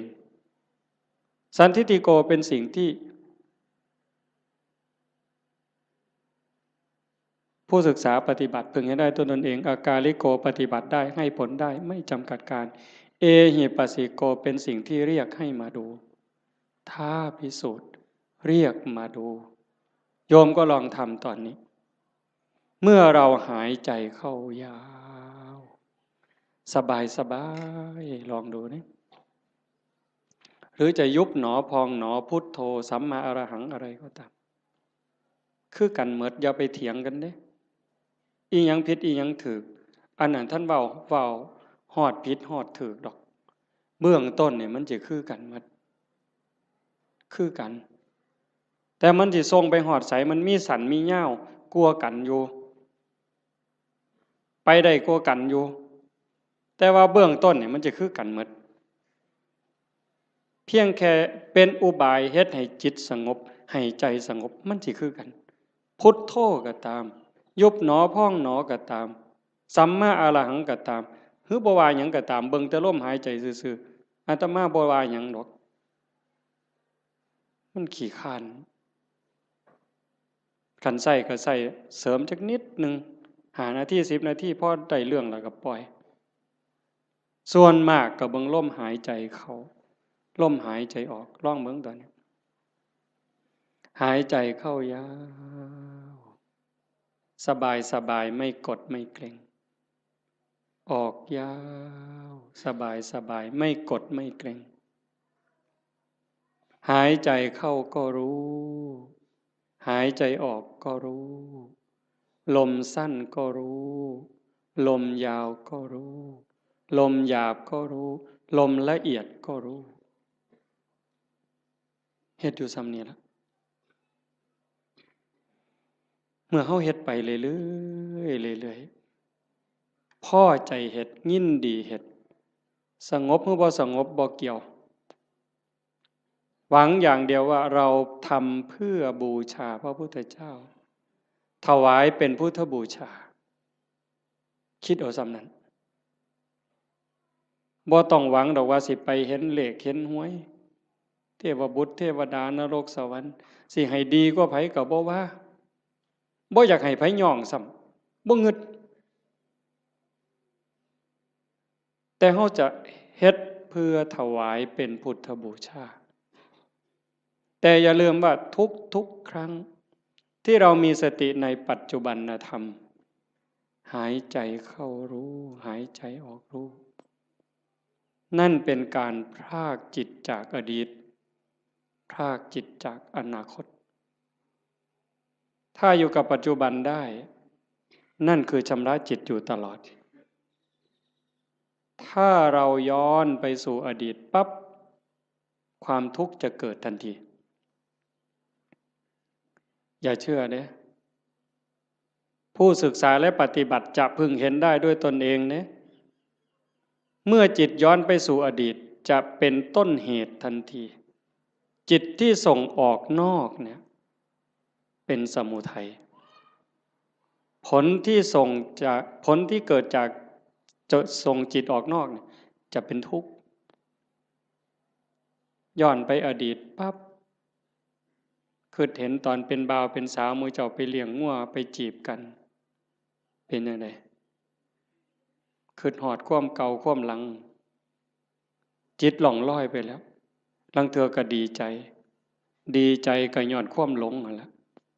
ทุกข์ได้ฮะเห็นเขาว่าให้เสียใจเห็นเขานอกใจคือคนนั้นด่าคนนี้ว่าเฮาคนนั้นเอาเปรียบเฮาทุกข์อีกโกรธอาฆาตเป็นทุกข์เห็นบ่ขันบ่ย้อนไปอดีตเตลิดไปสู่อนาคตมืออื่นสิเป็นจังใดสิกินหยังอยู่หยังลูกสิเป็นจังใดหลานสิเป็นจังใดทุกข์อีกล่ะวาดวิมานในอากาศหวังกระทุกข์แต่ขันอยู่กับปัจจุบันปั๊บย้อนกลับมาอยู่ในลมหายใจหรืออยู่ที่พุทโธหรือสัมมาอรหังยุบหนอพองหนอปั๊บจิตพรากจากอดีตพรากจากอนาคตมาอยู่กับปัจจุบันจิตจะมีความสงบขึ้นมาถ้าเขาทำให้มันต่อจากหนึ่งรอบหายใจเข้ายาวรู้ออกรู้หนึ่งรอบเข้ายาวออกยาวสองรอบขันติดต่อกันหนึ่งรอบสองรอบสามรอบสี่รอบเก่งเด้บ่เฮ็ดได้ง่ายปานใดเด้ลองเบิ่งนี่เอายืดตัวตรงๆสบายๆแขนขาบ่ต้องเกร็งหายใจเข้ายาวออกยาวให้มันเห็นหนึ่งรอบถือว่าเก่งแล้วเห็นลมเข้ายาวๆออกยาวๆแบบจิตบ่แป๊บๆบ่ไปทั้งหน้าบ่มาทั้งหลังแต่อยู่กับหม่องจุดลมกระทบหรือสิตามลมไปก็ตามเห็นจังสั่นชัดเจนปั๊บนี่แม่ใหญ่ได้บุญหลายกว่าทอดกฐินเด้อเห็นลมเข้าลมออกรอบเดียวนี่ล่ะหายใจเข้าปั๊บสุดปุ๊บมันหยุดนิดนึงมันออกมายาวปึ๊บหยุดปุ๊บซ้ำนี่ได้หลายกว่าทอดกฐินหนึ่งกองขันมันได้สองรอบล่ะหลายกว่ากฐินสามกองขันมันได้สามรอบหลายกว่ากฐินห้ากองเฮ็ดไปเรื่อยความมั่นคงความหนักแน่นความมีเหตุมีผลมันจะเกิดขึ้นมาเลยอาตมาเห็นแนวนั้นเด้ความมั่นคงความบ่ย้านบ่หวั่นบ่เกรงคันมันถึกแล้วก็ถึกโลด ตรงนี้มันจะเป็นสมบัติซอยเฮาย่ามเจ็บย่ามไข้ย่ามผิดหวังย่ามสมหวังมันก็จะไหลไปเรื่อยจากการได้ความสงบความร่มเย็นบางสีบ่หาแต่หลายดอกบ่ทันเก่งอีหยังดอกซำนั้นแต่มันจะพัฒนาไปมันจะลุ่มลึกไปโดยลำดับลาดเอียงไปโดยลำดับไม่โกรกชันเหมือนภูเขาขาดพระพุทธเจ้าพูดว่าซั่นเด้ธรรมะของพระองค์นั้นลุ่มลึกไปโดยลำดับลาดเอียงไปโดยลำดับไม่โกรกชันเหมือนภูเขาขาดมันจะคอยเพิ่มคอยเติมคอยเพิ่มคอยเติมความหนักแน่นความร่มเย็นหลายขึ้นความสุขหลายขึ้นนะยายพระพุทธเจ้าเพิ่นบอกว่านัตถิสันติปรังสุขขังความสุขอื่นยิ่งกว่าความสงบไม่มีบ่มีวันเถียงเด้ความสุขอื่นยิ่งกว่าความสงบบ่มีอันนี้เพียงแค่เฮาสงบกายสงบภายนอกการเฮาอยู่บ้านเสียงโทรทัศน์เสียงหมาเสียงแมวเสียงลูกเสียงหลานเสียงวิทยุเสียงมอเตอร์ไซค์เสียงเด็กน้อยตีกันขากันหายแอวหนหูหนหวยจักหยังตัวหยังเป็นจังไดบัดเฮามาอยู่วัดปุ๊บงัวก็บ่ยากหน้าก็บ่ยากหลานก็บ่ยากลูกก็บ่ยากอยู่แต่เจ้าของเป็นจังไดซ้ำนี่สำบายขึ้นอันนี้ทั้งนอกเด้ถ้าใจเฮาที่มันเคยวุ่นวายเดี๋ยวก็ไปฮักเดี๋ยวก็ไปสั่งเดี๋ยวก็อิจฉาเดี๋ยวก็น้อยใจเดี๋ยวก็ดูหมิ่นดูแคลนผู้อื่นรักโกรธเกลียดกลัวทั้งรักทั้งโกรธทั้งเกลียดทั้งกลัวทั้งย่านมันรบกวนจิตอยู่ตลอดขึ้นลงแต่คันเฮาอยู่กับลมหายใจคือพุทโธปึ๊บหายใจเข้ารู้หายใจออกรู้ปึ๊บเข้าหูออกหูเข้าหูออกหูจิตเริ่มนิ่งลงสงบลงสงบลงความอิ่มใจมันจะค่อยเกิดเอาไปเอามาพอ3 มื้อ4 มื้อ5 มื้อนั่งอยู่ซื่อๆน้ำตาก็ไหลดิไม่ออกสิเคยหลายคนเวลาตั้งใจเฮ็ดเนี่ยตั้งแต่คิดฮอดแม่คิดฮอดพ่อคิดฮอดผู้มีคุณคันเพิ่นยังอยู่ก็อยากให้เพิ่นได้เฮ็ดคิดฮอดเพิ่นอยู่ไสน้อมันเฮ็ดแทนบ่ได้เงินแสนเงินล้านก็ซื้อบ่ได้คันเพิ่นตายแฮงแต่คิดฮอดหลายเบิดเพิ่นเว้ากันบ่ฮู้เรื่องจักอยู่ไสชีวิตเฮาก็ได้มาจากเพิ่นเนาะได้อยู่ได้กินก็ย้อนเพิ่นได้เป็นโขเป็นคนมาฮอดมื้อนี้ก็ย้อนเพิ่นสิตอบแทนแนวใดคิดไปจังซี่ก็น้ำตาพังยาวๆๆเฮ็ดจังไดบัดนี้สรุปโอ้ยเฮาก็ต้องเฮ็ดดีแล้วบัดนี้แม่ตายจากพ่อตายจากเพิ่นมาเฮ็ดนำเฮาบ่ได้ชีวิตเฮาก็เป็นของเพิ่นเฮาเฮ็ดดีเพิ่นก็ได้นำสิตั้งใจเฮ็ดดีเว้าก็ให้มันดีเป็นประโยชน์กับตนเองและผู้อื่นอันใดสิเป็นประโยชน์กับโลกกับสังคมกับประเทศชาติกับศาสนาทุ่มเทโลดบัดพ่อก็สิได้นำแม่ก็สิได้นำคนดีมันเกิดขึ้นบ่นี้โยมพอมันจะได้พิจารณาเองของมันจากนี่ผ่านไปก็เก่งไปนำอีกเบิดยามมีแนวมากระทบตากระทบจิตกระทบกายกระทบใจอิหยังก็แล้วแต่มันก็พากได้สติขึ้นมาปึ๊บน้ำตาขูอยู่ๆนี่มันหยุดจึกโลดเฮ้ยโง่ไปแล้วอันนี้บ่แม่นแล้วภาคความรู้สึกนั้นออกมาเป็นจังซี่เด้ยกจิตออกมาเลยเป็นผู้เบิ่งโอ้มันเป็นเรื่องธรรมดาตั่วเกิดแก่เจ็บตายเป็นธรรมดามันก็สิสอนอีก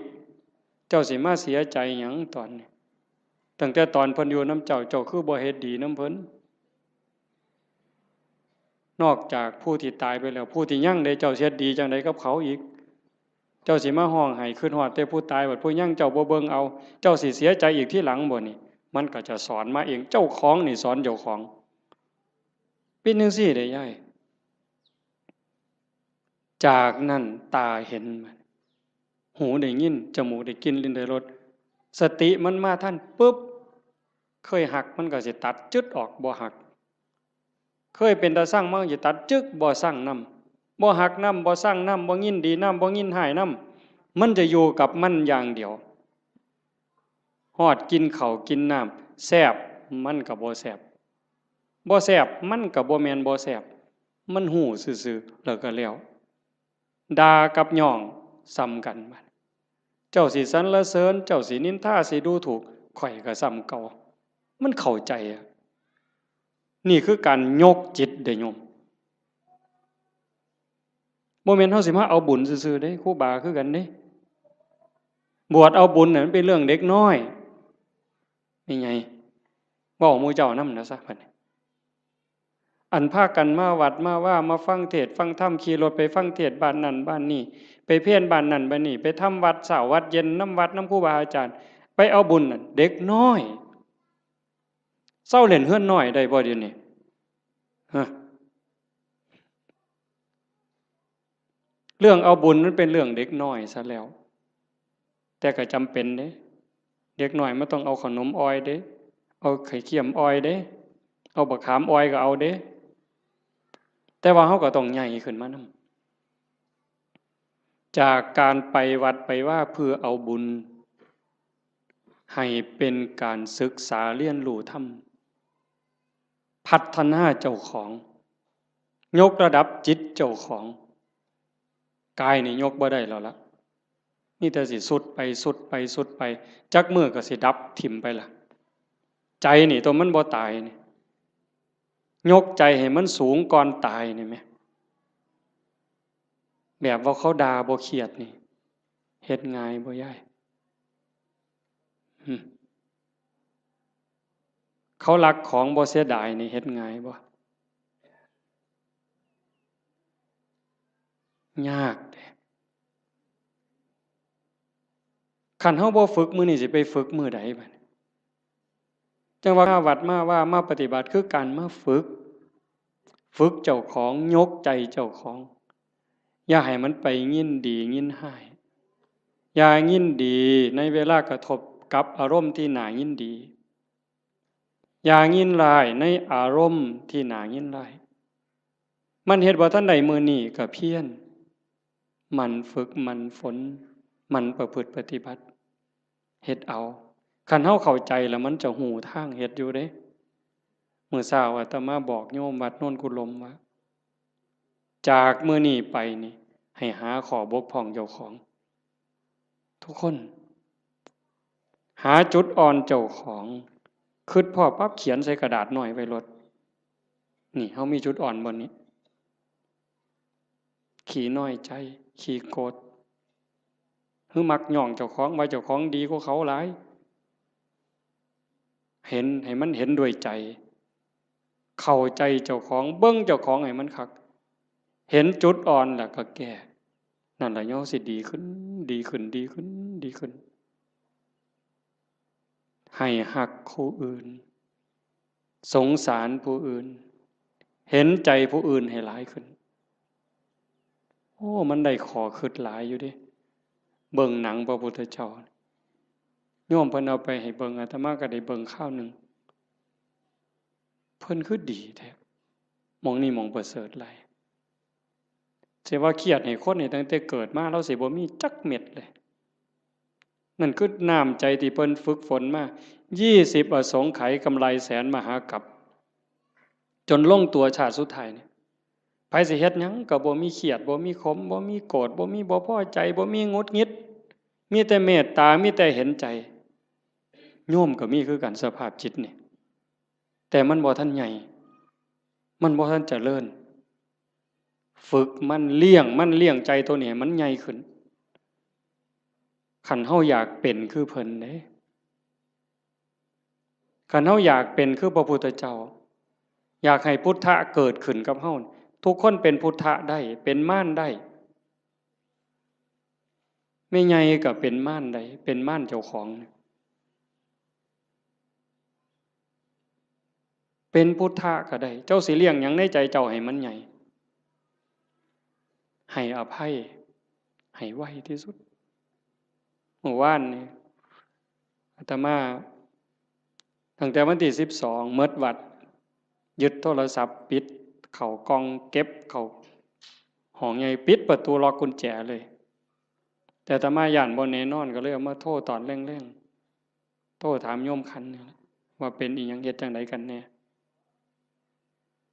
มันนี่มันโยมทางกรุงเทพโทรมาคุยกันเพิ่นก็ว่ามีเรื่องบางอย่างที่บ่พอใจกันอาตมาก็เลยว่าคันท่าคิดว่าเป็นลูกศิษย์พระพุทธเจ้าก็อย่าเครียดคันให้อภัยเป็นลูกศิษย์พระพุทธเจ้าถ้าผูกโกรธเป็นลูกศิษย์พญามารโอ้ยบ่เอาแล้วแนวนี้เว้ยว่าโยมลงเป็นลูกศิษย์พระพุทธเจ้าเพิ่นว่าเอ้าเจ้าเป็นลูกศิษย์พระพุทธเจ้าเจ้าก็อย่าไปเครียดติล่ะเศร้าเครียดติล่ะบ่แม่นผู้ใดให้เจ้าเป็นได้เจ้าเป็นเองแน่นั่นว่าโอ้ยถ้าอย่างนั้นโยมไม่โกรธแล้วเพิ่นว่าถ้าโกรธถ้าแค้นถ้าอาฆาตก็เป็นลูกศิษย์พระเทวทัตหลุดแล้วเจ้าเอาวะล่ะเลยพระเทวทัตไปฮอดลูกศิษย์พญามารพุ่นแต่ขันหูจักให้อภัยผู้อื่นสงสารเมตตาผู้อื่นให้โอกาสผู้อื่นเป็นลูกศิษย์พระพุทธเจ้าพุทธังสรณังคัจฉามิเพิ่นว่าเด้ไม่ไงว่าอยู่บ่พุทธังสรณังคัจฉามิเพิ่นว่าเด้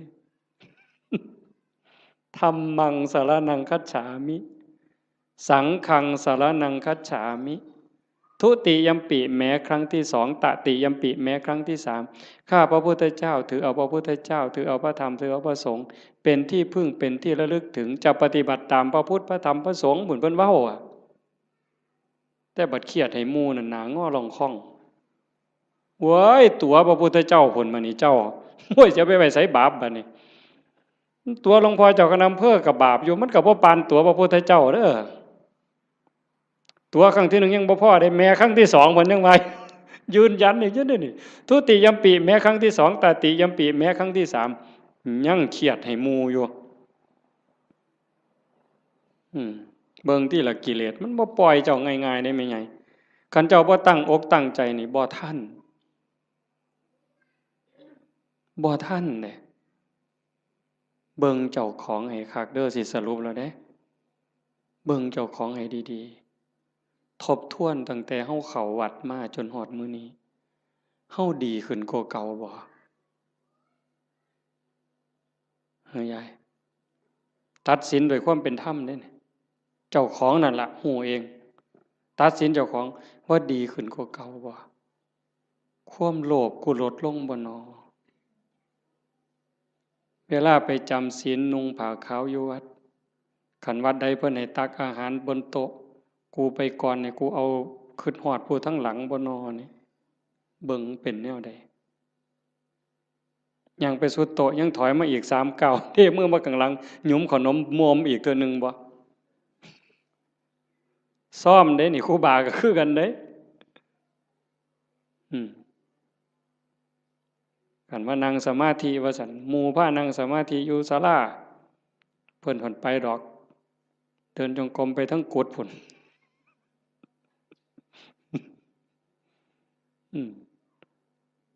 ยามปฏิบัติธรรมงานปริวาสคือกันยามหมู่เดินจงกรมเป็นแถวเพิ่นก็ไปดอกทำท่าไปห้องน้ำฉลาดแต่ได้กิเลสผู้ใดสอนมันเจ้าวะ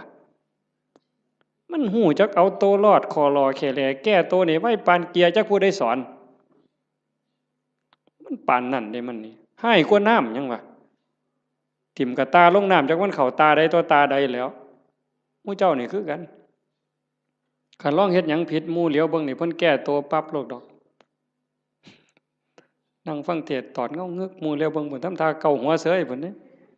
บ่ได้ว่าเจ้าของเงานอนจักเม็ดได้หั่นมันฉลาดปานนั้นจักผู้ใดบอกมันหยังวะ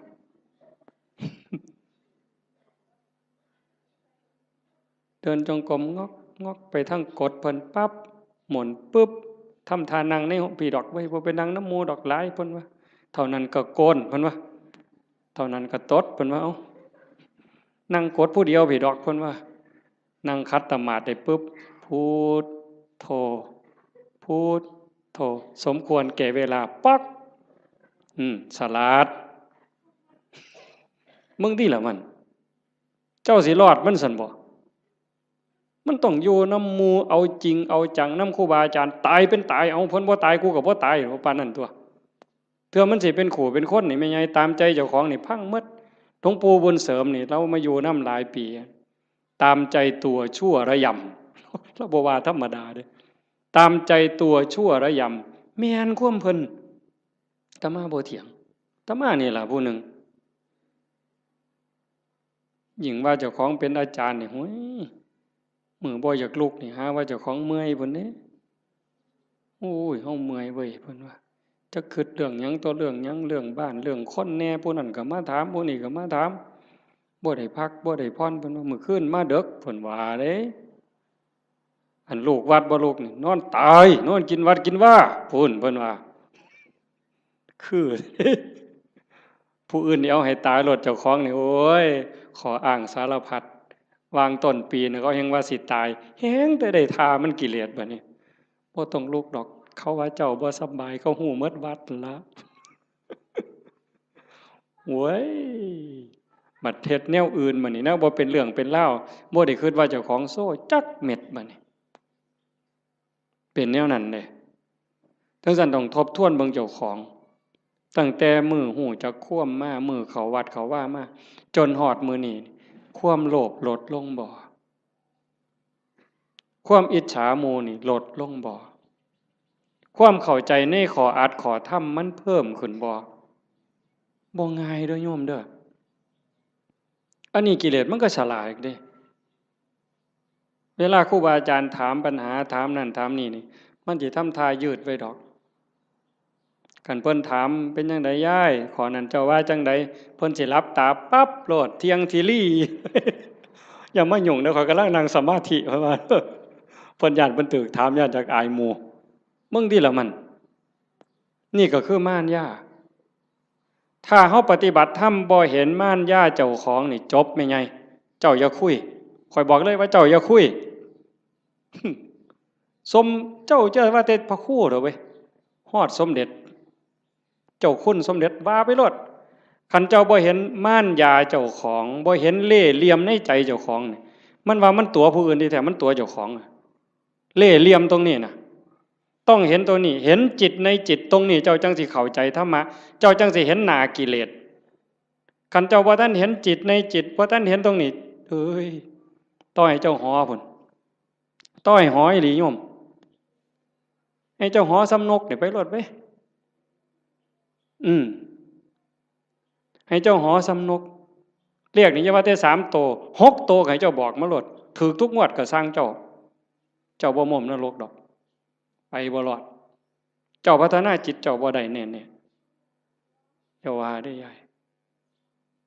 ทั้งสัญญาติโยมต้องฝึกการละบาปการทำบุญ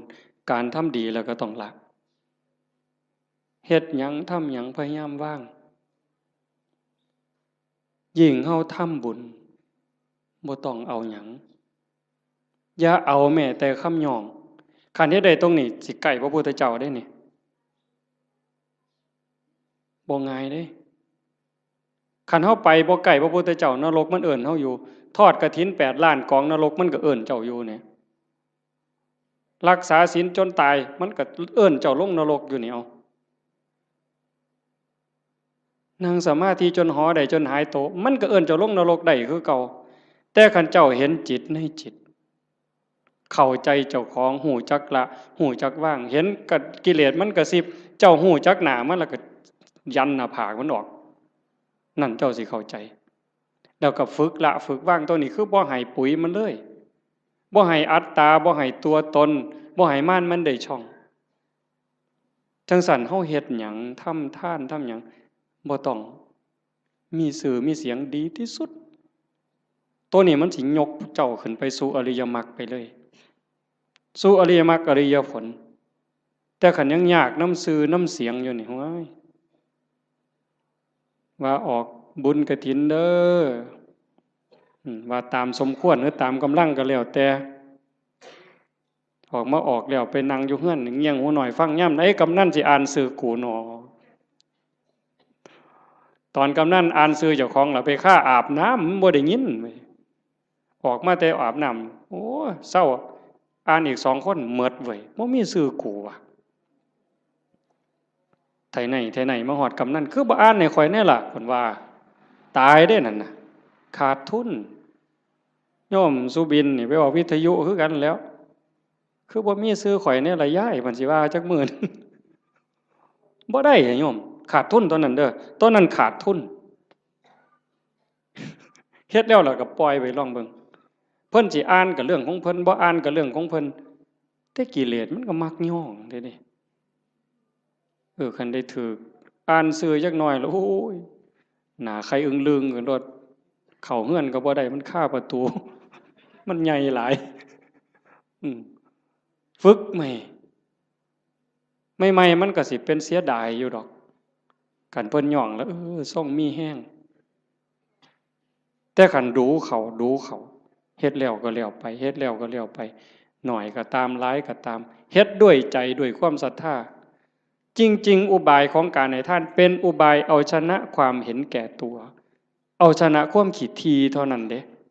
เรื่องสวรรค์น่ะเป็นแนวล่อซื่อๆเด้พุทธศาสนาแท้ๆนั่นการให้ท่านเป็นอุบายเอาชนะความขี้ทีเอาชนะความเห็นแก่ตัวคันเฮาสละได้นั่นมันเป็นจาคะคันเฮาอยากได้ซื่อๆอยากให้เขาย่องอยากมีซื่อติดน้ำนั่นน้ำนี่อันนั้นมันเพียงแค่ให้ทานยายเฮ็ดนั่นเฮ็ดนี่อยากให้เพิ่นย่องอยากให้เพิ่นประกาศติดซื่อไว้ให้คนได้ฮู้ได้เห็นมันก็ดีระดับหนึ่งแต่มันเพียงแค่ให้ทานมันบ่ทันฮอดจาคะจาคะนี่สลัดออกบ่เอามาได้เอาออกเอาไปแล้วอย่ามาเฮ็ดหยังบ่เอาแม้กระทั่งคำย่องคำย่อนั่นมันสิได้เป่านิพพานเป็นของให้เปล่าบ่ได้ซื้อเพราะสลึงอันนี้เว้าน้ำก้นหลวงปู่เด้นิพพานเป็นของให้เปล่าพระอริยเจ้าตั้งแต่โสดาบันสกิทาคานาคาก็เป็นของให้เป่าบ่ได้ซื้อเพราะสลึงแต่อาศัยการฝึกการฝนการบ่มจิตบ่มใจ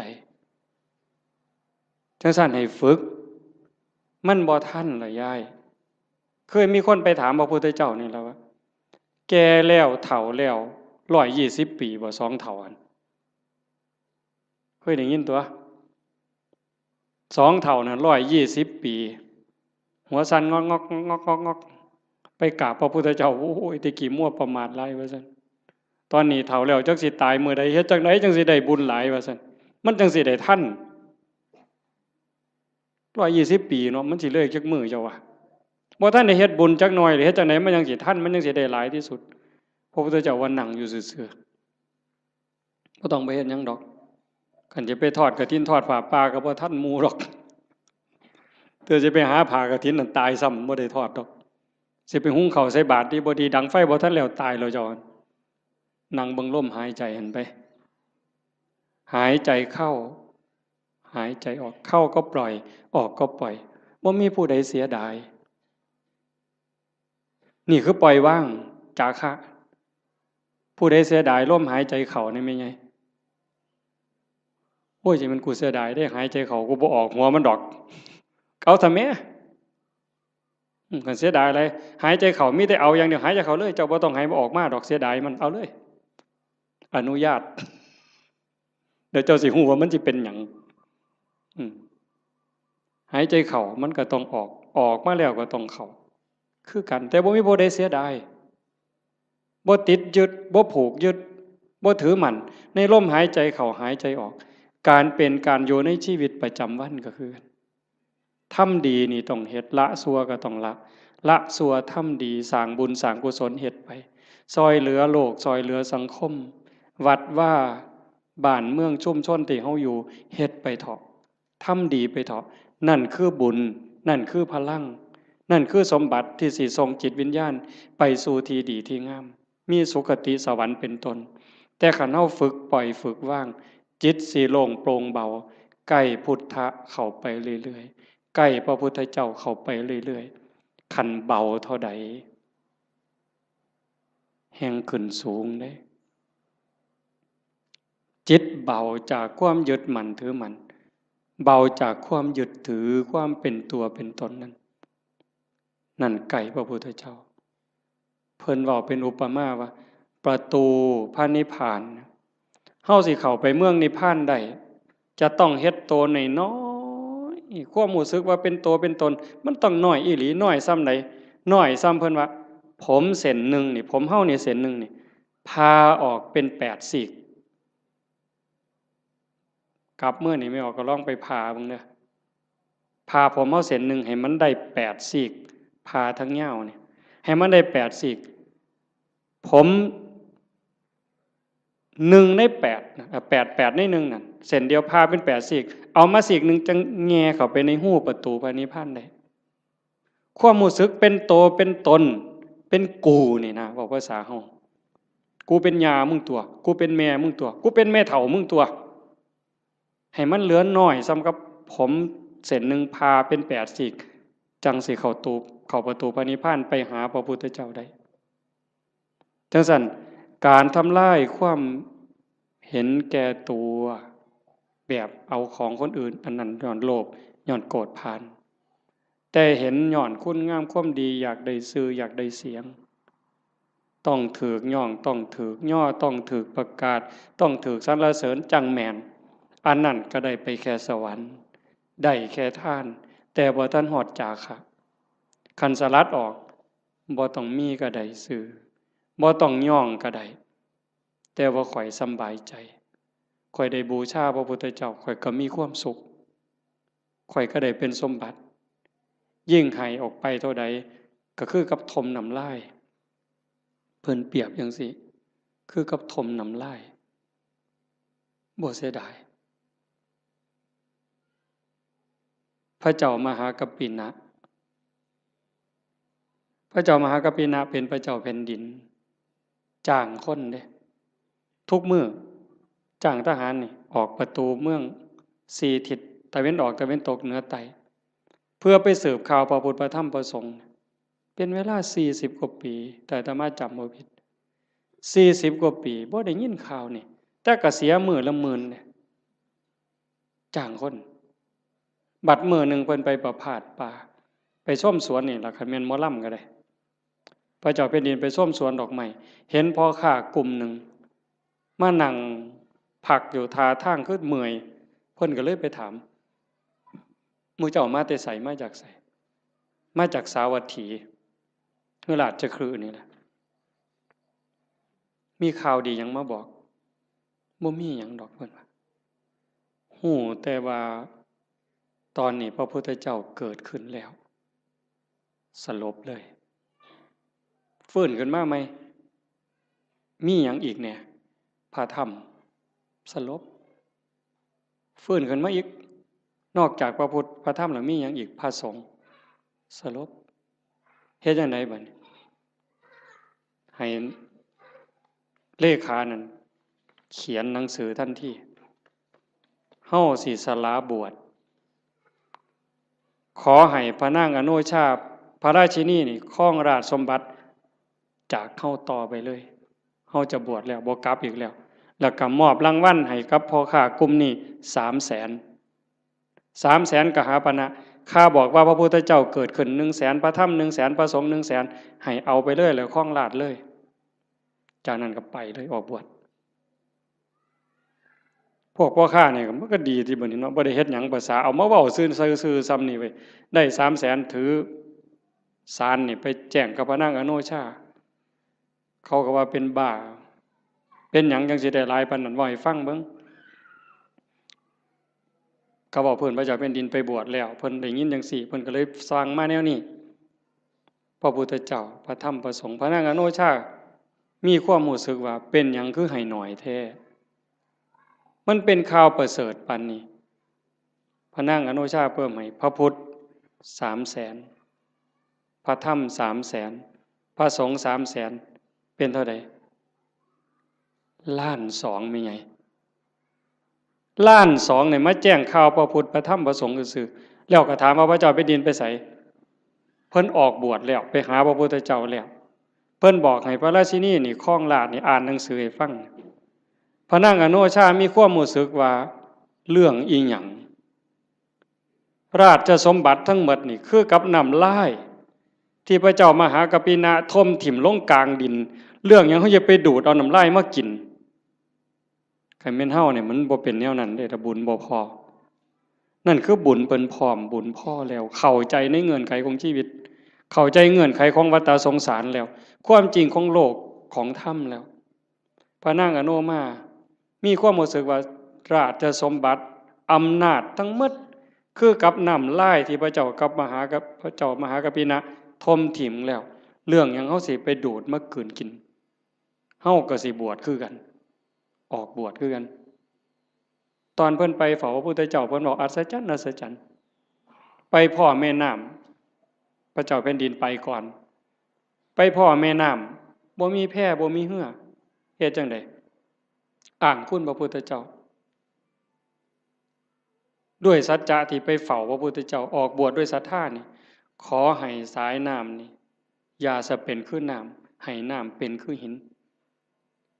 ขี่ม้าเหยียบน้ำไปคือเหยียบหินนี่แก๊บแก๊บแก๊บแก๊บแก๊บแก๊บบ่เปียกบ่หยังเลยสายที่สองคือกัน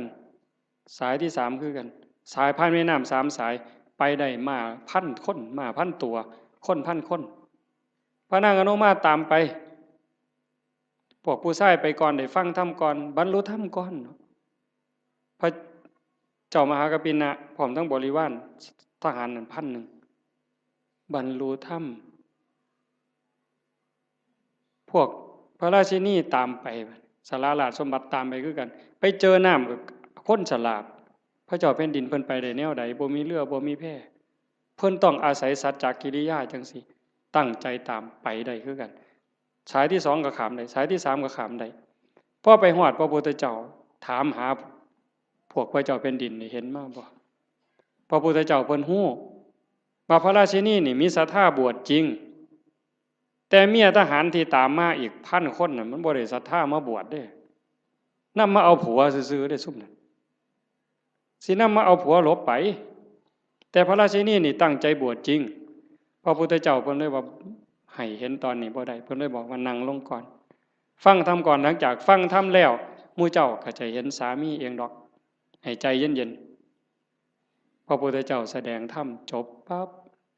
เข้าใจบรรลุธรรมเป็นโสดาบันพวกผู้ชายได้ฟังรอบสองเป็นพระอรหันต์หมดความอยากได้ผัวลบไปมันหมดแล้วบวชเป็นภิกษุณีนำกันต่อพุ่นเด้จังสั่นเฮาสิเฮ็ดหยังทำหยังก็คือกันเด้อโยมเด้อ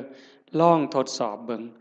จากการท่าน5 บาท10 บาท100 บาทแสนบาทล้านบาทท่านแล้วเพิ่นย่องประกาศซื้อเขียนป้ายติดให้เฮาก็ได้มาแล้วหลายเทื่อหลายรอบบัดนี้ลองเบิ่งว่าเฮาลองบริจาคน้อยก็ซังหลายก็ซังบ่ต้องเขียนชื่อก็ได้คันไว้ใจกันบ่ต้องเขียนก็ได้แล้วเบิ่งความรู้สึกมันสิเป็นอีกแนวหนึ่งมันสิเป็นอีกแบบหนึ่งรสชาติมันต่างกันลองเบิ่งแล้วบ่ลองบ่ฮู้บ่ให้ฟังก็เพราะปานนั้นมันต้องเฮ็ดด้วยตนเองมื้อนี้เว้ามาโดนพอสมควรบ่ได้เว้า7-8 มื้อมันเลยสิเว้าหลายจักหน่อยแต่ว่าเสียงมันบ่คืนก็เห็นว่าพอสมควรอาจจะได้เรื่องบ้างบ่ได้เรื่องบ้างจริงใจอาตมาตั้งใจว่าสิเว้าเรื่องหนึ่งเรื่องศาสนามีคนฝากมาอยู่แต่ว่ามันลงไปบ่ได้ก็สร้างมันเถาะก็ขอฝากเพียงแค่ว่าให้ญาติโยมนี่รับผิดชอบเจ้าของบ่มีผู้ใดซอยผู้ใดได้บัดฮอดบัดสุดท้ายเด้โยมบัดเฮานอนอยู่เทิงเตียงนอนติดสาดติดเสือจังสิเข้าใจตนแลเป็นที่พึ่งของตนอัตตาหิอัตโนนาโถจังสิเข้าใจตัวนั้นคันบ่จังสันบ่ท่านเข้าใจโยมแต่ว่าเฮายังโชคดีจักหน่อยว่าเฮาได้เข้าวัดได้ฟังธรรมได้ปฏิบัติธรรมฝึกตายดูบ่แม่นเว้าเล่นเด้ยามมื้อแลงไหว้พระนั่งสมาธิแล้ว บัดนอนลงนี่ลองบอกว่า นอนลงเธอนี้สิบ่ได้ลุกอีกแล้วเด้อตายแล้วล่ะบัดนี้บอกเจ้าของจังซี่แล้วก็ทำใจหามันแม่นอีหลีเลยนี่จังได๋สิเฮ็ดแนวใดเครียดให้ไผสั่งให้ไผอาฆาตไผติดหนี้ผู้ใดว่างละออกคันใจเฮายังวุ่นวายมันไปอบายเด้สอนเจ้าของจังซี่เฮ็ดจังไดใจสิสงบคันใจสงบก็ไปสู่สุคติจังซั่นนอนลงก็เบิ่งอาจจะเบิ่งร่างเจ้าของนอนไล่ตั้งแต่ฝ่าเท้าฮอดปลายผมตั้งแต่ฝ่าเท้าฮอดปลายผมปลายผมฮอดฝ่าเท้าบาปก็เฮ็ดบุญก็เฮ็ดดีก็เฮ็ดหลายบุญก็เฮ็ดหลายชั่วก็มีสุดท้ายก็ซ้ำนี้ตายแล้วเอาหยังบัดบ่มีแนวเอาร่างกายก็เอาบ่ได้มีอย่างเดียวที่สิปลอดภัยที่สุดคือเฮ็ดใจให้สงบหลังจากเบิ่งร่างกายจากฝ่าเท้าฮอดปลายผมมืออยู่จังใดแขนอยู่จังใดขาอยู่จังใดหันมาเบิ่งลมหายใจหายใจเข้ายาวละเอียดออกยาวละเอียดลมเข้าลมออกลมเข้าลมออกผู้ใดใส่พุทโธก็พุทโธไปให้มันหลับไปครับจังสันซุมื้อนี่คือการเตรียมตัวตายที่ดีที่สุดบ่มีผู้ใดซอยได้ที่ว่าเฮ็ดกฐินล้านกองหาบัดเฮาเจ็บเฮาปวดแม่ใหญ่บัดใกล้สิตายมันเจ็บมันปวดทุรนทุรายมันบ่คิดฮอดกฐินนั่นดอกบ่คิดฮอดปิ่นโตบ่คิดฮอดบวชลูกบวชหลานซ้ำดีบ่ดีนิมิตขาเป็ดขาไก่ขากบขาเขียดมันมาหลอนเอาใจขาดปัดตอนกำลังทุบหัวกบใจขาดปัดไปเลยตกนรกท้วนเลยกฐินแสนกองท่าให้พ้นจากกบตัวนั้นก่อนแต่ขันเบิ่งจิตเบิ่งใจให้ดีเบิ่งลมให้ดีเฮ็ดจิตให้สงบให้มันเป็นนั่นล่ะบาปก็บ่เอาบุญก็บ่เกี่ยวละอย่างเดียวว่างอย่างเดียวบุญเนี่ยมันตามอยู่แล้วว่างอย่างเดียวจิตเป็นอิสระดีบ่ดีจากปุถุชนคนกิเลสหนายกไปสู่ความเป็นพระอริยเจ้าได้บ่พ้นสมัยเด้พระพุทธเจ้าเพิ่นบอกยืนยันว่าแม้ปัจจุบันนี้พระอรหันต์ก็ยังเป็นได้ตราบใดที่พุทธบริษัทยังเป็นอยู่โดยชอบโลกนี้จะไม่ว่างจากพระอรหันต์โยมก็เป็นได้หมดทุกคนทุกคนมีโอกาสตกนรกมีโอกาสเป็นพระอรหันต์ได้หมดทุกคนทั้งโยมทั้งพระทั้งผู้เฒ่าทั้งเด็กน้อยว่าแต่หูเรื่องเฮ็ดให้มันเป็นจริงๆมันอยู่นี่อยู่ในใจเฮาหมดเนี่ยตั้งแต่นรกเปรตอสุรกายสัตว์เดรัจฉานมนุษย์สวรรค์6พรหม20ฮอดพระอริยเจ้าโสดาบันสกิทาอนาคาอรหันต์อยู่ในใจนี่หมดเฮาสิจูนไปได้บ่ไดคือจูนขึ้นวิทยุโทรทัศน์ขึ้นต่างๆคันจูนลงตัวปั๊บไปถึกช่องพระอรหันต์ปุ๊บสมบูรณ์ปุ๊บเลยแล้วคันถ้ามันจูนบ่ถึกว่าสินั่งสมาธิเอาบุญเป็นคือเห็นบ่อย่างนั้นด่ากูเครียดตาน้ำตาแดงนั่งสมาธิกัดแขวกัดข้างนี่ป๋าห่วยจบบ่ลงซะเนาะบ่เพิ่นหมู่ข่อยเทื่อนึงซะดอกก่อนจบตั้งแต่หลายปีพุ่นไปปฏิบัติธรรมนํกันอยู่วัดผิดบ้านแก่งนั่งสมาธิชั่วโมงกว่าว่าแต่แม่นเป็นหยังเว้ยต่างคนก็ต่างนั่งไปนํกันหลายองค์ในปีนั้นตั้งแต่ปี36พุ่นดอกมันจักปีแล้ว22 ปีแล้วไปนั่งสมาธินํกันซุ่มอาจารย์จรัญพวกหมู่นี้แล้วอาจารย์วัดอาจารย์สุมินพวกครูวัดใต้นี่ไปบักหลายนึงปีนั้นก่อนเข้าพรรษาไปนั่งสมาธิอยู่นํกันนั่งสมาธิชั่วโมงนึงแล้วเพิ่นพาแผ่เมตตาบัดเวโลโหมิอภยาปัชโชโหมิจบเรียบร้อยบัดนี้พ่อใหญ่หนึ่งหมู่กันนี่ดอกบ่ออกชื่อแล้วดอกรุดโตนศาสตร์แผ่เมตตาเรียบร้อยอะระหังสัมมาสุปฏิปันโนกราบ3 เทื่อแล้วปั๊บว่าจังได๋คำแรกขออภัยเด้อ อยากเตะปากผู้ใหญ่บ้านเด้ว่าสันว่าเป็นยังล่ะว่าสันมันไล่ผมออกจากเจ้าอาวาสว่าสันว่าเพิ่นได้อุดมการณ์ใหม่ไปปลูกกกไม้ใส่สนามหมอลำเขาสันแล้วเดินวัดมองผู้ใหญ่บ้านผูกงัวติล่ะผู้ใหญ่บ้านเคยเอางัวมาเลี้ยงเพิ่นเอาก็ปลูกใส่สนามหญ้าเขาไล่หนีสันแล้วนั่งสมาธิชั่วโมงหนึ่งแล้วก็จะคิดแต่ผู้ใหญ่บ้านไล่ล่าสันตัวแผ่เมตตาจบเราอยากเตะปากผู้ใหญ่บ้านบ่เตะบนตำสำเนี้ย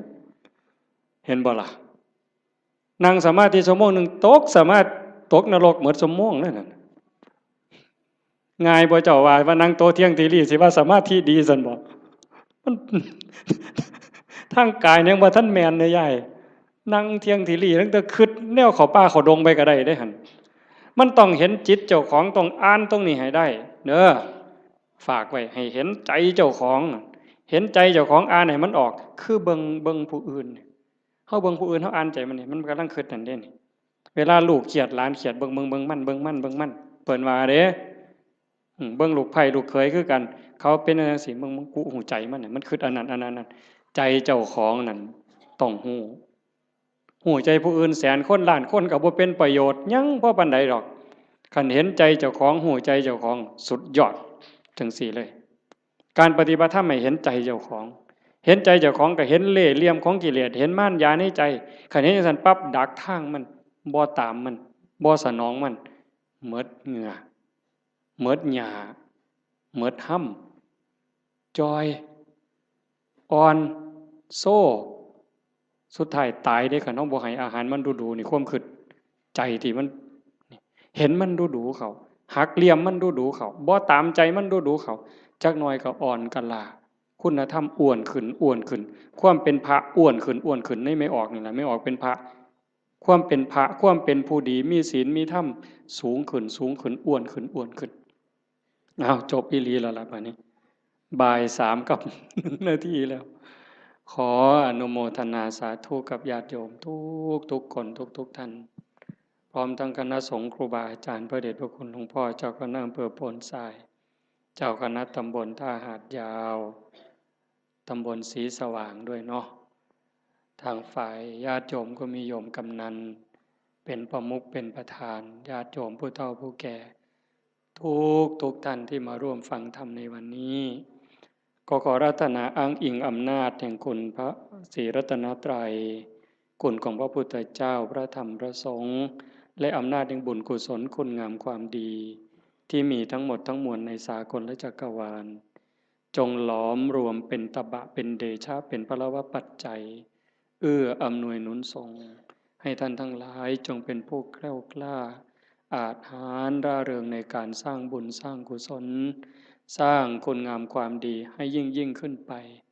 ให้เป็นผู้เจริญงอกงามในจตุรพิทพรชัยคืออายุวันนะสุขภละปฏิภาณธรรมสารสมบัติให้เป็นผู้มีสัมมาทิฏฐิมีโอกาสประพฤติธรรมปฏิบัติธรรมให้ได้เข้าถึงธรรมที่ยังไม่เข้าถึงได้รู้แจ้งธรรมที่ไม่ทันได้รู้แจ้งจนสามารถนำตนให้พ้นทุกข์ได้มีความสุขกายสุขใจปรารถนาสิ่งหนึ่งประการใดหากเป็นไปโดยชอบประกอบด้วยธรรมแล้วก็ขอให้ความหวังความปรารถนานั้นจงสำเร็จทุกประการโดยทั่วกันทุกท่านทุกคนทุกรูปทุกนามเทอญ